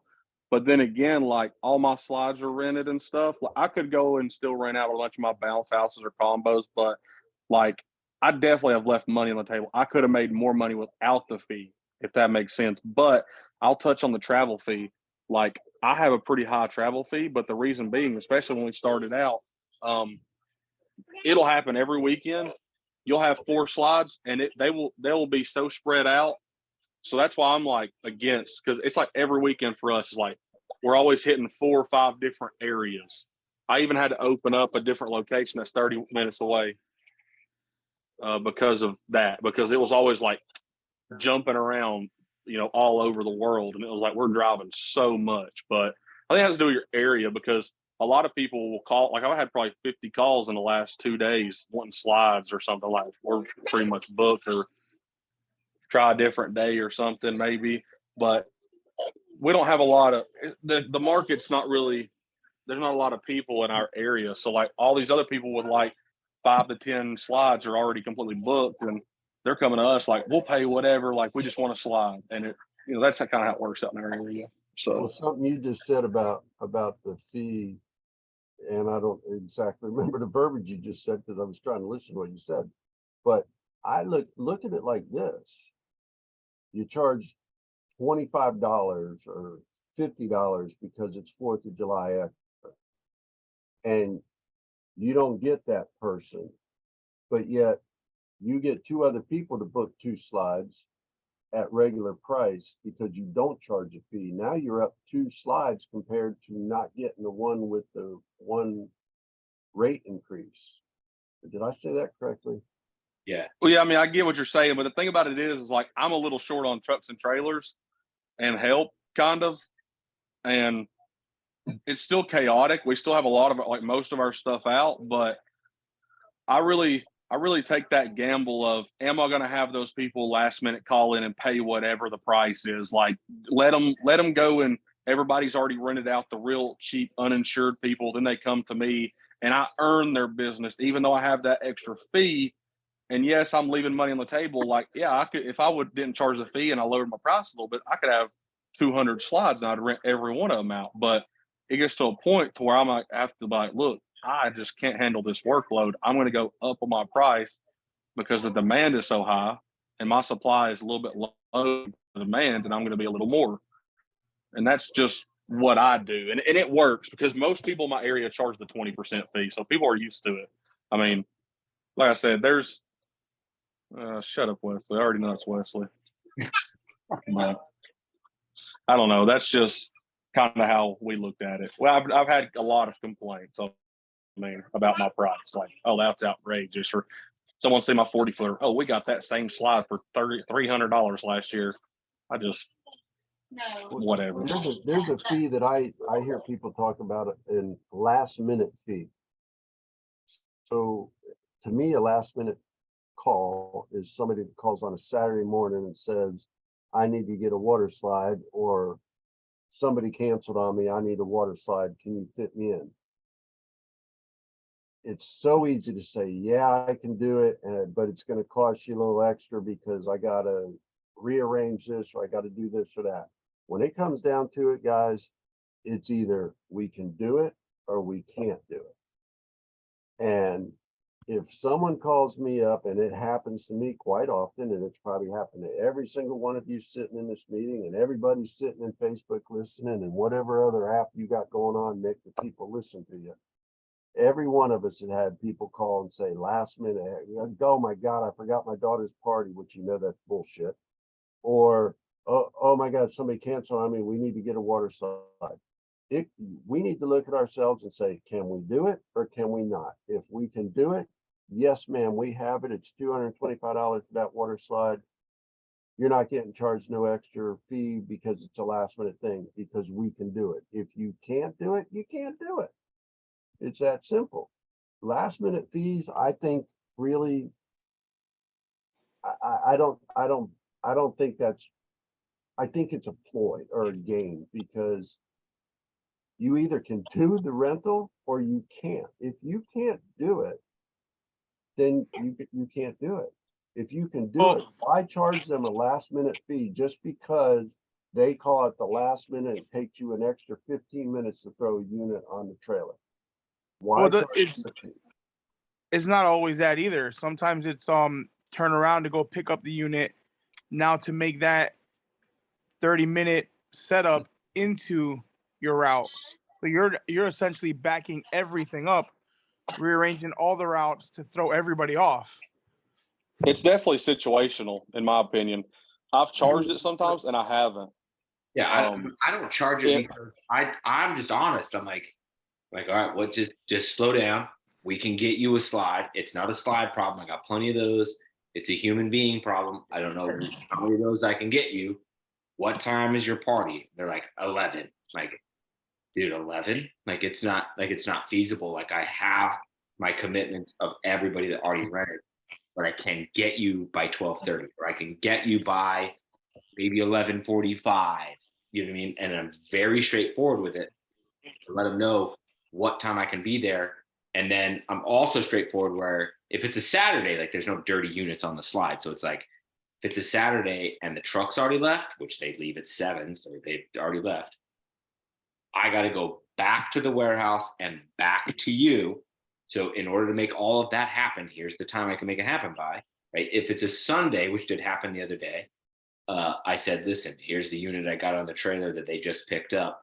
You know what I mean? They wiped it down. It's ready to rent. We don't do extra cleaning, so it's good to go. We can have that there by this time because I can bump 3 other pickups 30 minutes later. Who cares? And they were all for it. So I was like, cool, we can be there by 10:30. No big deal. Bing, boom, bomb, take it. But I don't charge a fee for it because it's like a gift. Like it's like a gift of $305. I don't need to make it.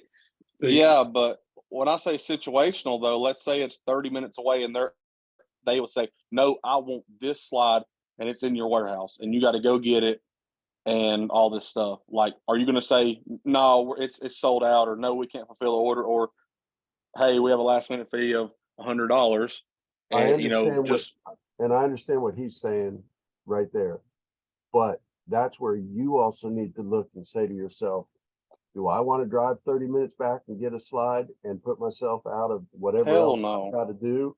Or do I just want to say, I'm sorry, I can't go get it. I can't bring it to you. You know, call us another time you need help. That's why I tell them it's a human being problem. Like it's not a slide problem.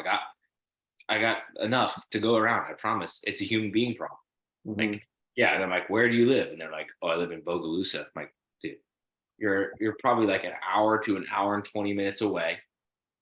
We've already got a full route. So as soon as I could get there is 2. And that's if I can get one of the guys to go. Like I've got to get an employee to go.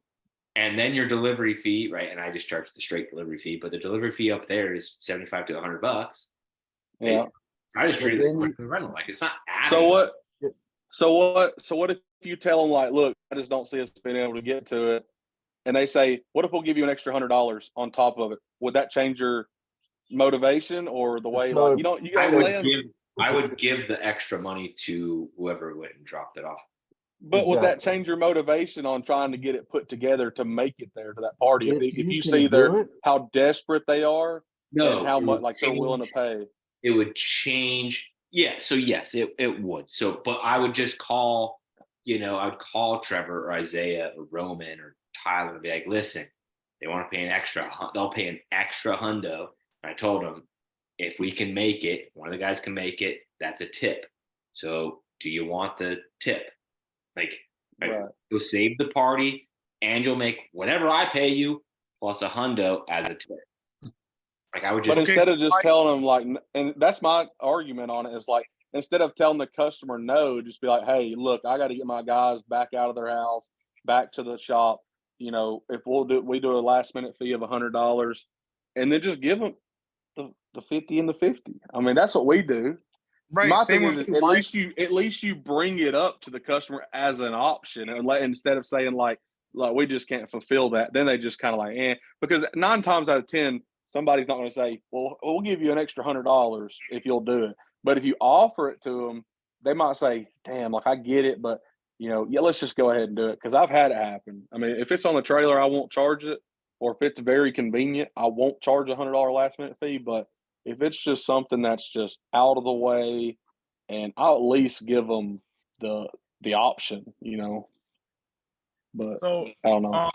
well, yeah, why go through that runaround for encouragement to go out again? Why not just give it to the customer? Hey, this is the price. We're saving your party. They're gonna do it. There's no questions. You're saving their party. They're gonna do it. I've had a customer. It's situational. I mean, I guarantee almost anyone that's gonna save their party is gonna pay what they need to pay for, especially if what's arrived is garbage. Okay, but it goes back to what I said. Can you do it? If you can't do it, you can't do it. If you can go back and pick it up and you can deliver it on time, Freddie's in the same spot that I am in Florida, in the same demographic area. 30 minutes to him, he could be in another freaking town. 30 minutes to other people, you're still in the same town because of where you got to drive and how you got to go. So I don't think that someone calling for an emergency slide rental is the same in our state as anywhere else, because I don't know who the iPhone 5 name is. I don't know his name. I'm sorry, but it sounds like you drive a long distance. Your rentals are far apart from each other, from the way I hear you talk. It just happens to be. It happens to us all the time. I mean, I'm right the opposite. We have a rental that's the driveway across from us. We charge the $10 delivery fee on the rental. I mean, I have a delivery fee on everything. That's just my personal. And I've never had anyone have an issue with delivery. I mean, I've had some people say, "Oh, your prices are crazy," or "What's the delivery fee for?" And if I have to explain to you why the delivery fee, like I'll straight up tell them. But I mean, it's just my area. I mean, like I said, it has to do with it's situational and it has to do with where you're at, in my opinion. I mean, if nobody charges delivery fee and you come in and try to charge delivery fee, yeah, you're going to get a lot of pushback. But, I mean, a lot of my companies in my area some of them are $100, or some of them charges what I charge on a 20-footer for a 15-footer. So, yeah, it's a good mix here. And then again, some people charge $100 for a day on a 15-footer. It's a good mix, but I don't know. To me, that's one of the issues that I run into is I'm the only delivery fee person around here. Or I know I have the smallest radius, but I'm pretty sure I'm the only one that charges the delivery fee, and they're all doing Friday and Sunday, and I'm one day, so it's like, right, I gotta be right, but we can be capped and save the party because we got enough doing it to enough guys, but it just comes down to the time. But if we can save the party and get the last minute rental there, we do it. I do it for the regular price on the website every time, 100% of the time, and the same regular delivery fee that is calculated on. Like I don't add anything on. I did it one time because it was a foam machine rental. She called it a weird fucking time on Saturday, and it was 45 minutes the opposite direction of every other truck, and I had to take it. And I said, the only one that can bring it to me, and I was very honest. I said, I'm the most expensive employee in the company. I was like, it's going to be an extra $100, but I can get it there by whatever time. And she said, yep, I'll pay it. It was foam machine. My biggest issue isn't even fees or anything right now. So when our 27-foot tiki and the 40-foot HEC slide is like, we do a 3-day rental on it. And I have it set up as $1,500 on the 40-footer for 3 days. And every single fucking person says, I only need it for 1 day.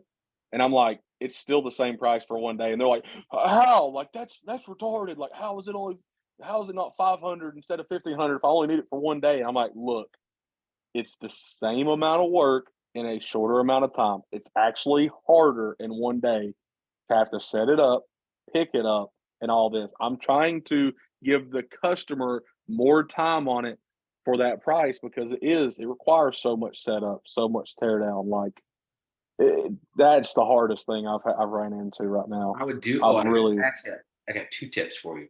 So number one, I would make it a 1-day rental, but then you can go put it to where it can't be flipped, where it has like a cool Zoom.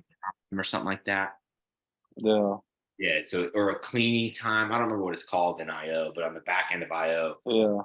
can't be flipped. Just so you Uh, can just because it's cleaner and you'll get less pushback or less questions. And then the other suggestion I had for you was if you go to the delivery fee section, you can put in specific zip codes, charge X amount, exact amount.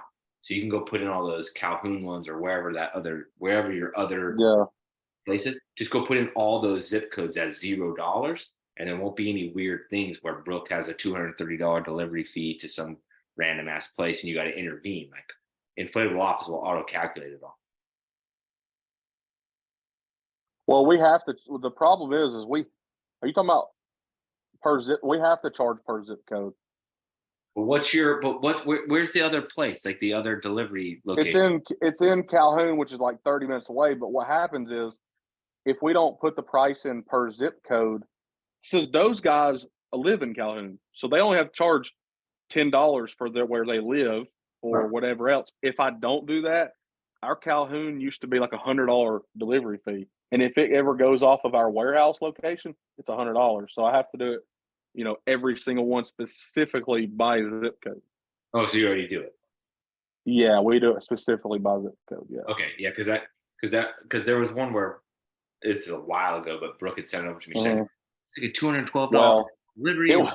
It was a zip code we forgot to put in, and I got with the people and I said, "Hey, look, it was a website malfunction. Like, truly, it's actually this price." And that's when I'll go in and actually add that zip code that we missed out on. Because I mean, it's hard to look up every single zip code. I mean, I said I wasn't going to service the ones I didn't put in, but I do sometimes. Yeah, so it just depends. It depends on the weekend. I mean, like, how many they have per weekend.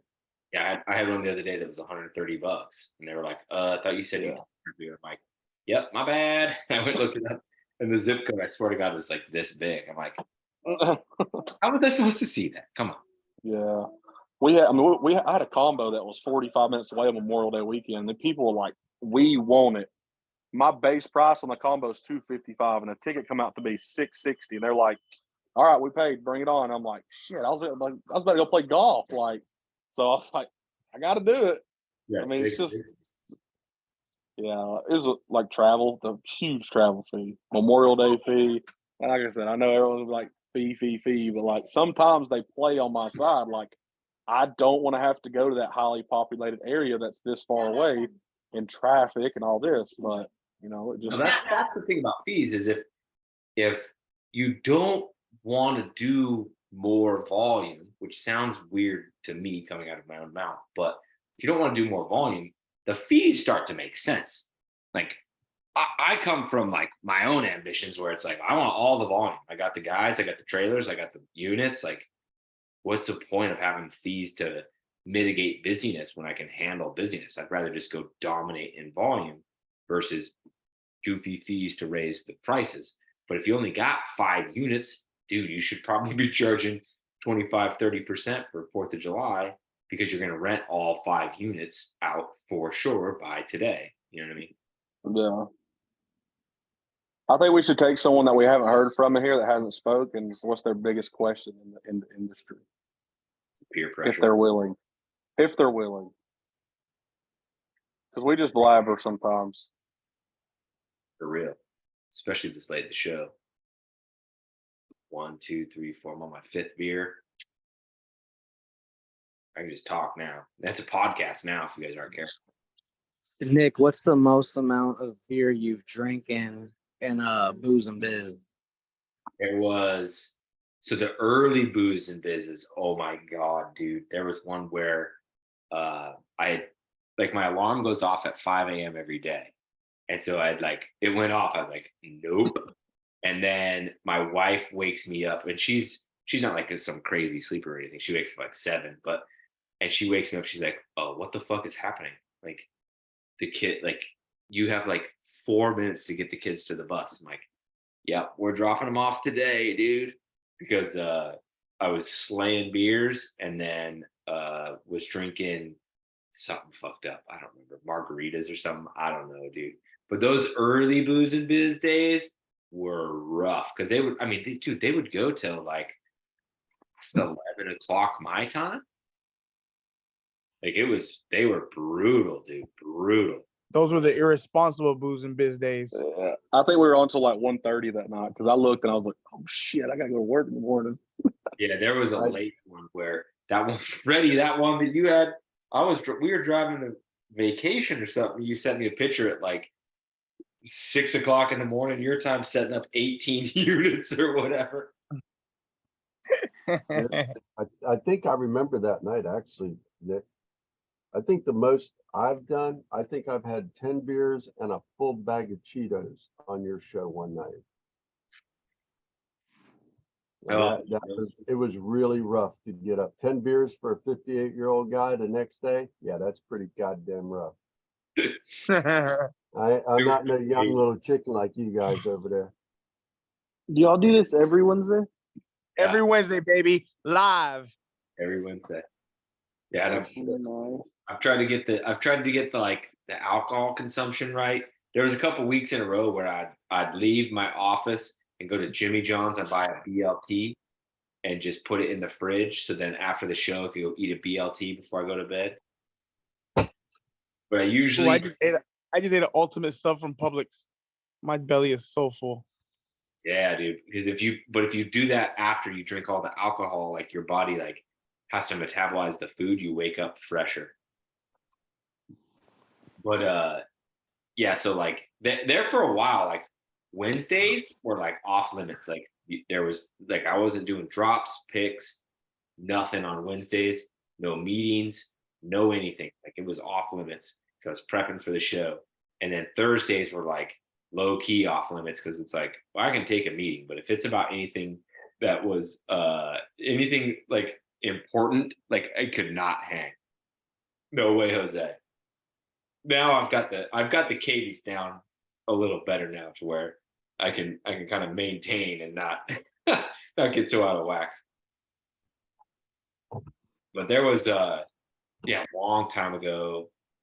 It was probably like, it must have been like episode 4 or 5. I don't know, like that long ago. We were taking shots. We were taking shots on camera. I was drinking wild turkey. It got nuts. It was good times though. Hey, we only got 5 months till IAPA. No, dude, I cannot believe it's almost fucking July. Like we went through. November 14th. Get the scooters warmed up. Yeah. What is Mark, that? Mark, you gonna start that countdown? I already have. You haven't seen it? No, I haven't seen it.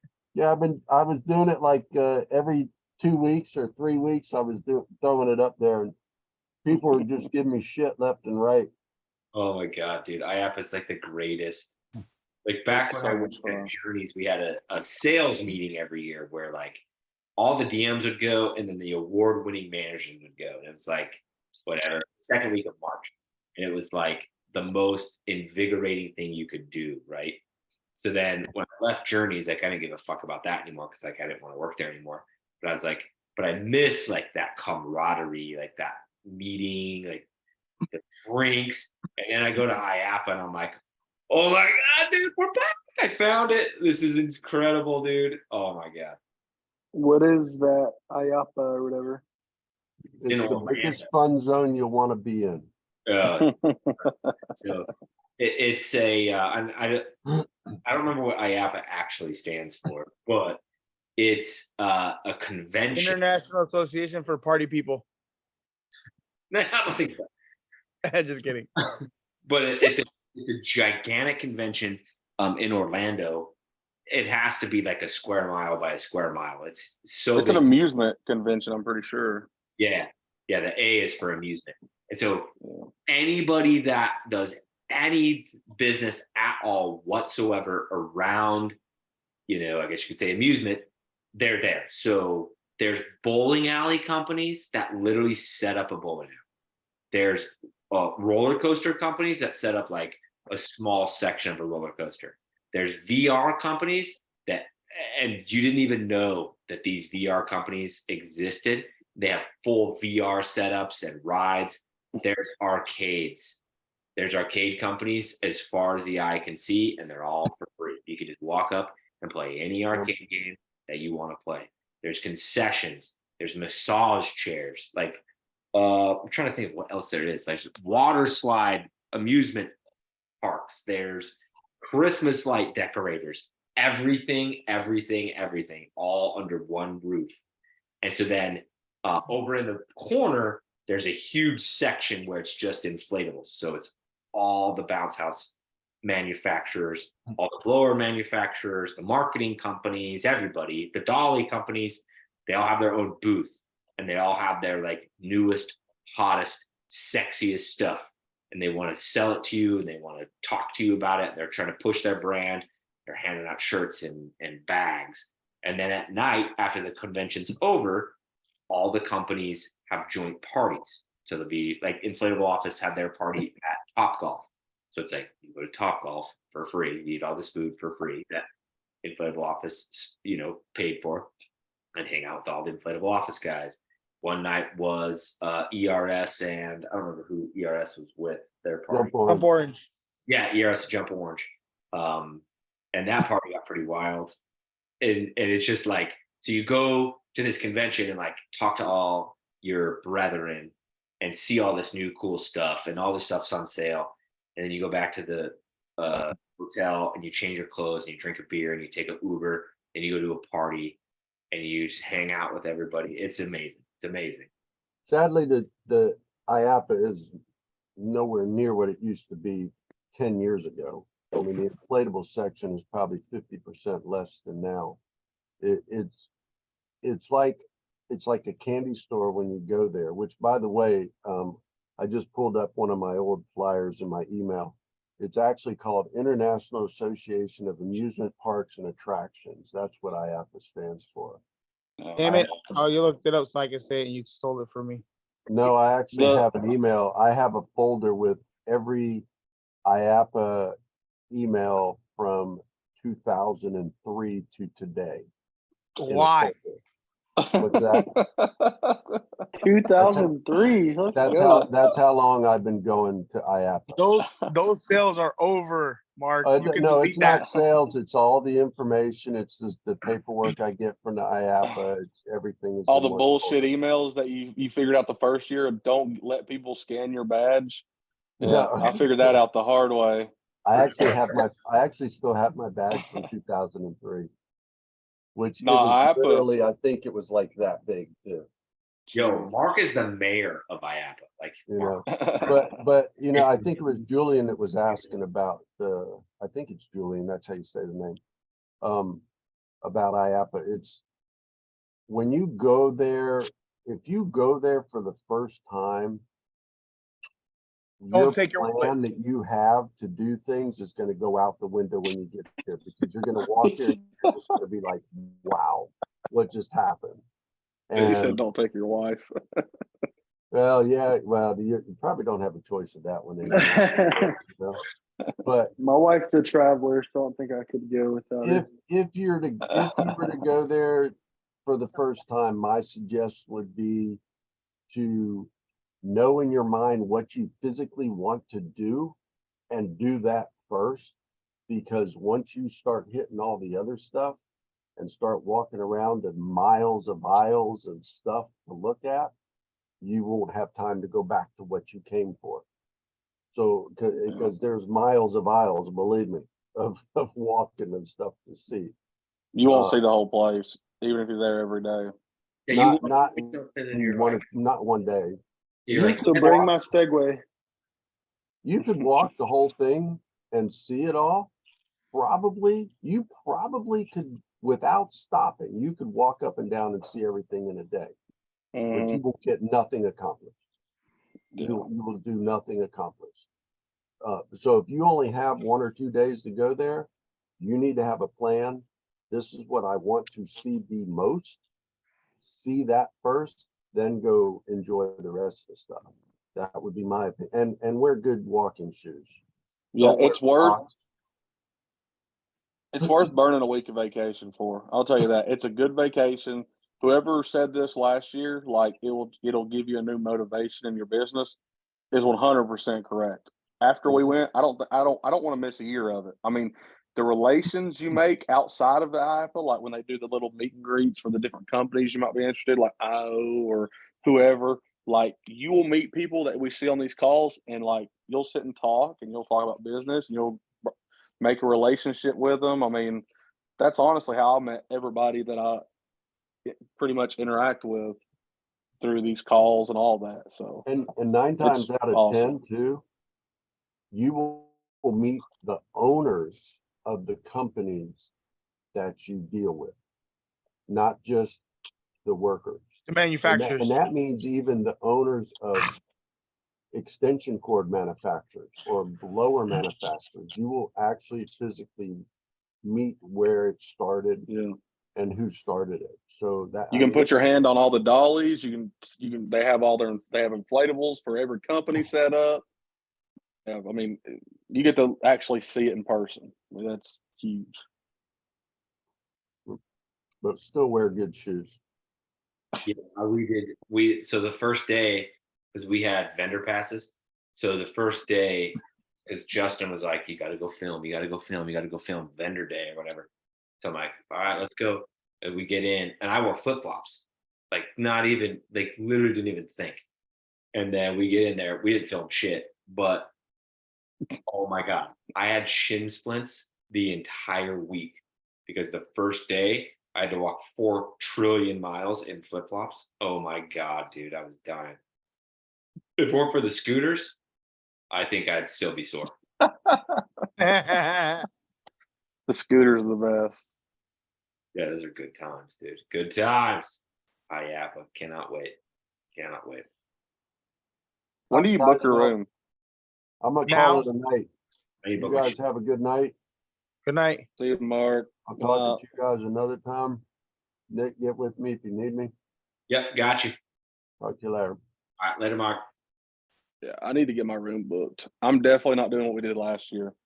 I want to be right there, scooter distance. Where we stayed last year was where actually Mark suggested, and it was cheap. It was like, I mean, what are you gonna give it 5 stars? So I mean, it was like a 3. It's like a 3. It was like a 2.85 star. Like it was like, but it was close-ish.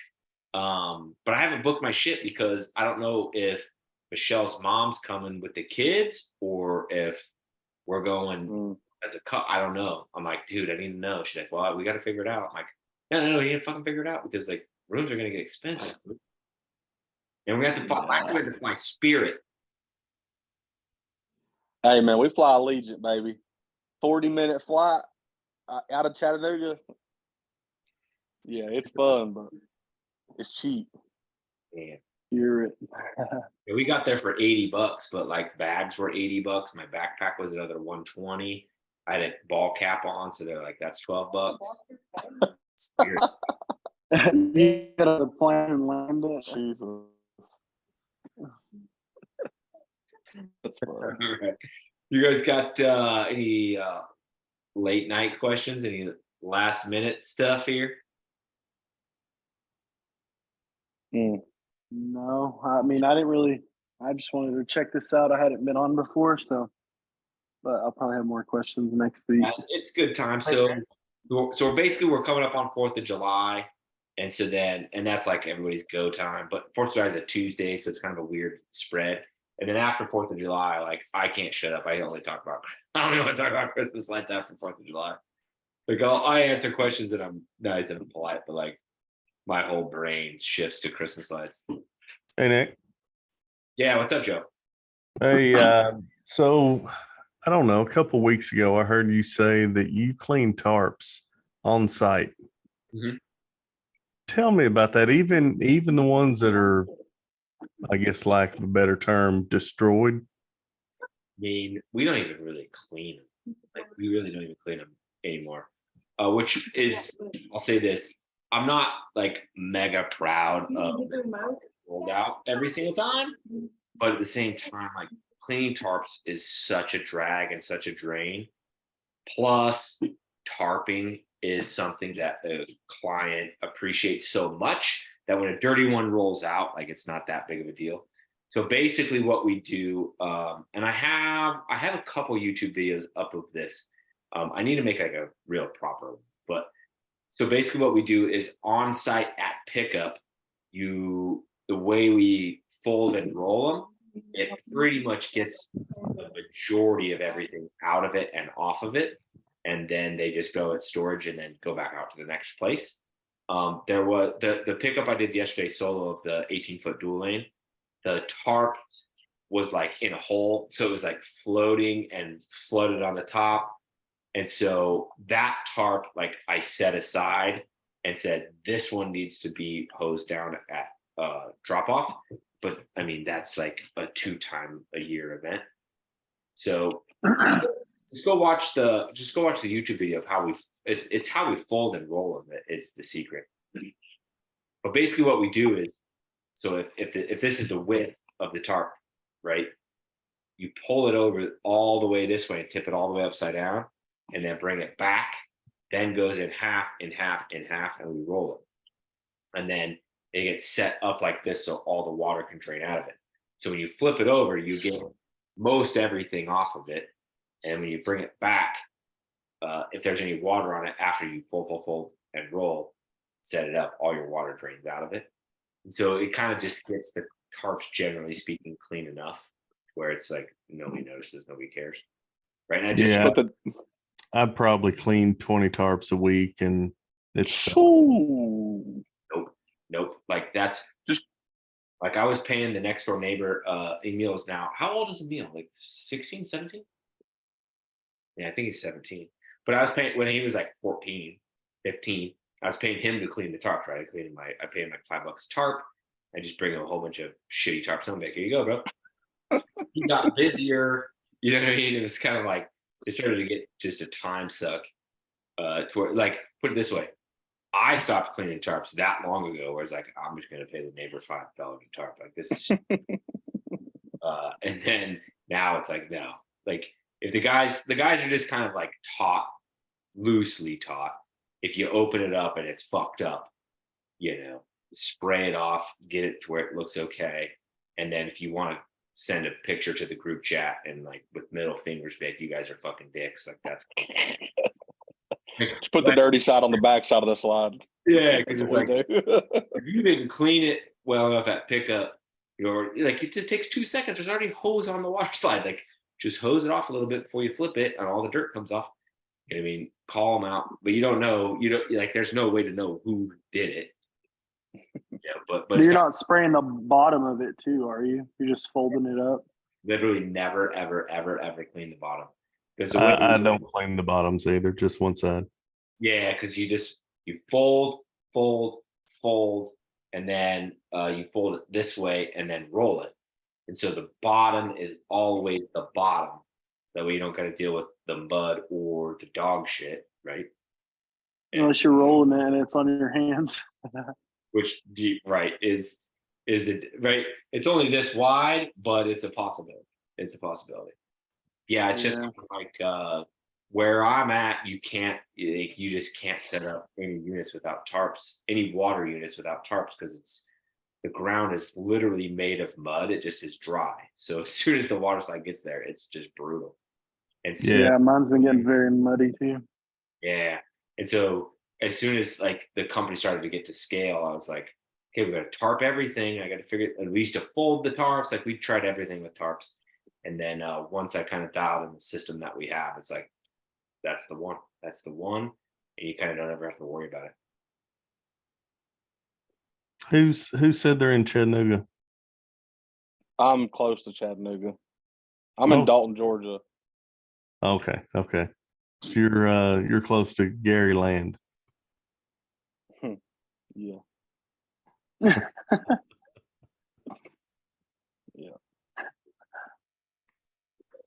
Gary may be going a different direction, huh? Yeah, he's moving to Florida. He's selling his company. Has he sold it already? Who's coming to Florida? I don't know. A Who's good your primary- question. I don't know. Who's coming He to says Florida? he has. He's getting out of business. He's not opening up again. He's getting out of business. I don't know. I mean, I think he has. Who You knows? tell them Florida's full.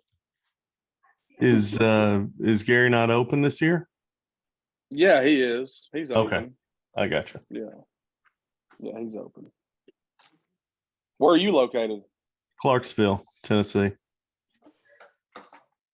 What's Clarksville near? About 40 miles from Nashville, northwest. Oh shit! Yeah, you're kind of far away. Yeah, my kids went to school in Chattanooga though, college. Oh, UTC. Yep. Okay. Yeah. Chattanooga's great, but man, traffic is awful. Like at some point, I'll push into Chattanooga, but the what people pay up there is nuts. Like it just blows my mind what people will pay up there. I mean, I guess their prices are already high. Yeah, there is, man. Like I did a $1,400 slide up there like last weekend. I just don't get it. They don't care. Like they'll just pay it. But like you said, you got to deal with the traffic, and it's just a headache. It's such a mess. If I could run a full truck up there, I wouldn't mind it. But you know, it's too much for me right now. So, but I'm doing good where I'm at. Oh, here we go. We got an insurance question. Maybe this would be a good nightcap end the night. What type of insurance? This is from Just Bounce. What type of insurance do I need? Example: property, liability, etc. The property insurance is called inland marine. I don't know why it's called that. That's what it's called. You don't need that. That's if you want that. So if your storage unit burns down, you're screwed unless you have inland marine. Then you would recoup money on the lost product. If it gets stolen, your trailer gets broken into, you have an enclosed trailer that's locked up, and it gets stolen or gets broken into, and the units get stolen out of it. Inland marine is what covers all of that. So that's like your property. Like I said, you don't need that. It just kind of depends on how much money it costs and what's your risk appetite. For liability, you basically need a $1 million policy, meaning it's $1 million per occurrence and $2 million aggregate. That's kind of the verbiage, okay? That's the industry norm. You can go higher than that. Most all of us are probably in this room, and everybody that ever was on this call probably has a 1 million, 2 million policy. Only the big dogs have higher, but that's your normal go-to. Probably going to cost you $4,000 to $5,000 depending on where you're at. It's based off of revenue. So if you do anywhere between $1 to about $50,000 in revenue, it's going to be in that $4,000 to $5,000 price range. Once you get over roughly that $50,000 mark, it will start to go up a little bit. It doesn't go up that bad. So the bigger your company can get, the more affordable your insurance is. Hence the reason when people say they want to buy one bounce house, I tell them not to do it. You got to buy 5. But that'll be pretty much everything that you need with no employees. Once you get employees, then you need workers' comp, but that's all done through your payroll company. So what if like a unit gets damaged on a rental? Will the regular, I guess, liability insurance cover that, or is that inland marine? that's your checkbook. Okay. Inland marine, you'd have to ask. I don't think so, but you'd have to ask the insurance people. But inland marine, like, can you turn that down for me, please? Inland marine is for a major loss. If you have your bounce house gets split open or a seam splits or whatever, you know what I mean, it's like $300. It's not that big of a deal. I think if someone steals it off of where you dropped it off their property, I think inland marine covers it then. I know it covers theft in general. The specifics I don't know, but I think you're right. Your guys put it on top of the floor. Fucking Ishmael's post, dude. I still can't. That was so I love Ishmael to death, dude. I just can't decide if his posts are ever real or not. Like they're too Clickbait. That thing, it looked like that thing got drugged down the highway for like 4 miles. I see a video in the future of him screaming in his car about it. It also caught on fire. I love it. I love Ishmael so much. Oh, he's the one that said you guys owe me $4,000 in that Facebook group. Yeah, because what the Facebook group talked him into keeping the employees or something, right? Y'all just give me a heart attack almost because my guys are heading back and they're using our little 6x10 trailer and they laid 2 20-footers down on it. He was like, yeah, this one's kind of hanging over the fender off. And I'm like, did you strap it? He's like, yeah. And he's a high school. And I'm like, God, I hope he strapped it good. I don't want to lose an electric dolly or 20-foot slide. I'm like, oh God. I know he's not looking back. Dude, that's why I don't remember who I was talking to. Was I talking to you, David, when I said this? I was like, that's why I just, yeah, it was today. I was like, that's why I just hire smart people.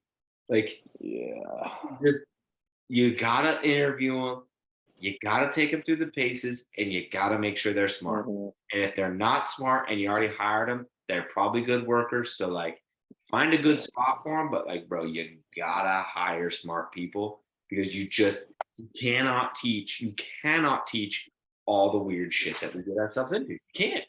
Like, this tether won't get tight, and I gotta fucking do this weird thing with it. Like, you just have to hire people that can problem solve. That's the only way to. It's the only way to move it. You have This to remember, same kid. it was everybody else's fault because everybody talked about those 2 guys. It wasn't his fault. It was everybody else's fault. Right. Nick, that's funny you say that because the same kid, right? We go set a slide up the other day, and I just always like take it and I usually have the ratchets, but like the other day we didn't have them, so I'll just tie a loop knot, like just loop it, knot it, and it holds. And I go to the other side, and I'm like trying to explain it. He's like, "Bro, I know what I'm doing. Like I tied a slip knot," and I was like, "Oh, okay. Let me step back and watch." He beats the stake at the ground and pulls the slip knot down tight, and it just fucking slacks the whole thing. And I'm like, "Yeah, great slip knot you did there, buddy." So I sat there and I was like, "All right, pull the stake back up, back it up, and restake it." He's like, "Yeah, that didn't work the way I thought it was going to."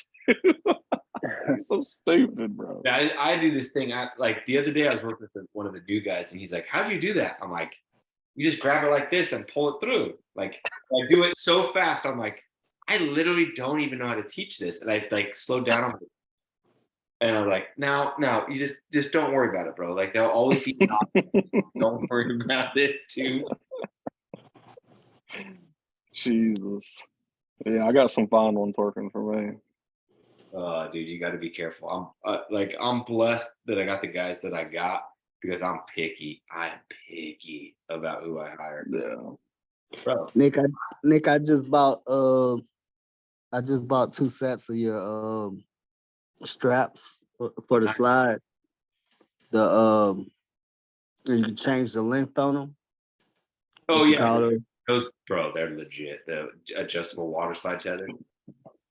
Yeah, so because I just set up about a 18-foot slide from tent and table, and it didn't have no D-rings. All my other slides got like the D-rings on them on the tethers or whatever.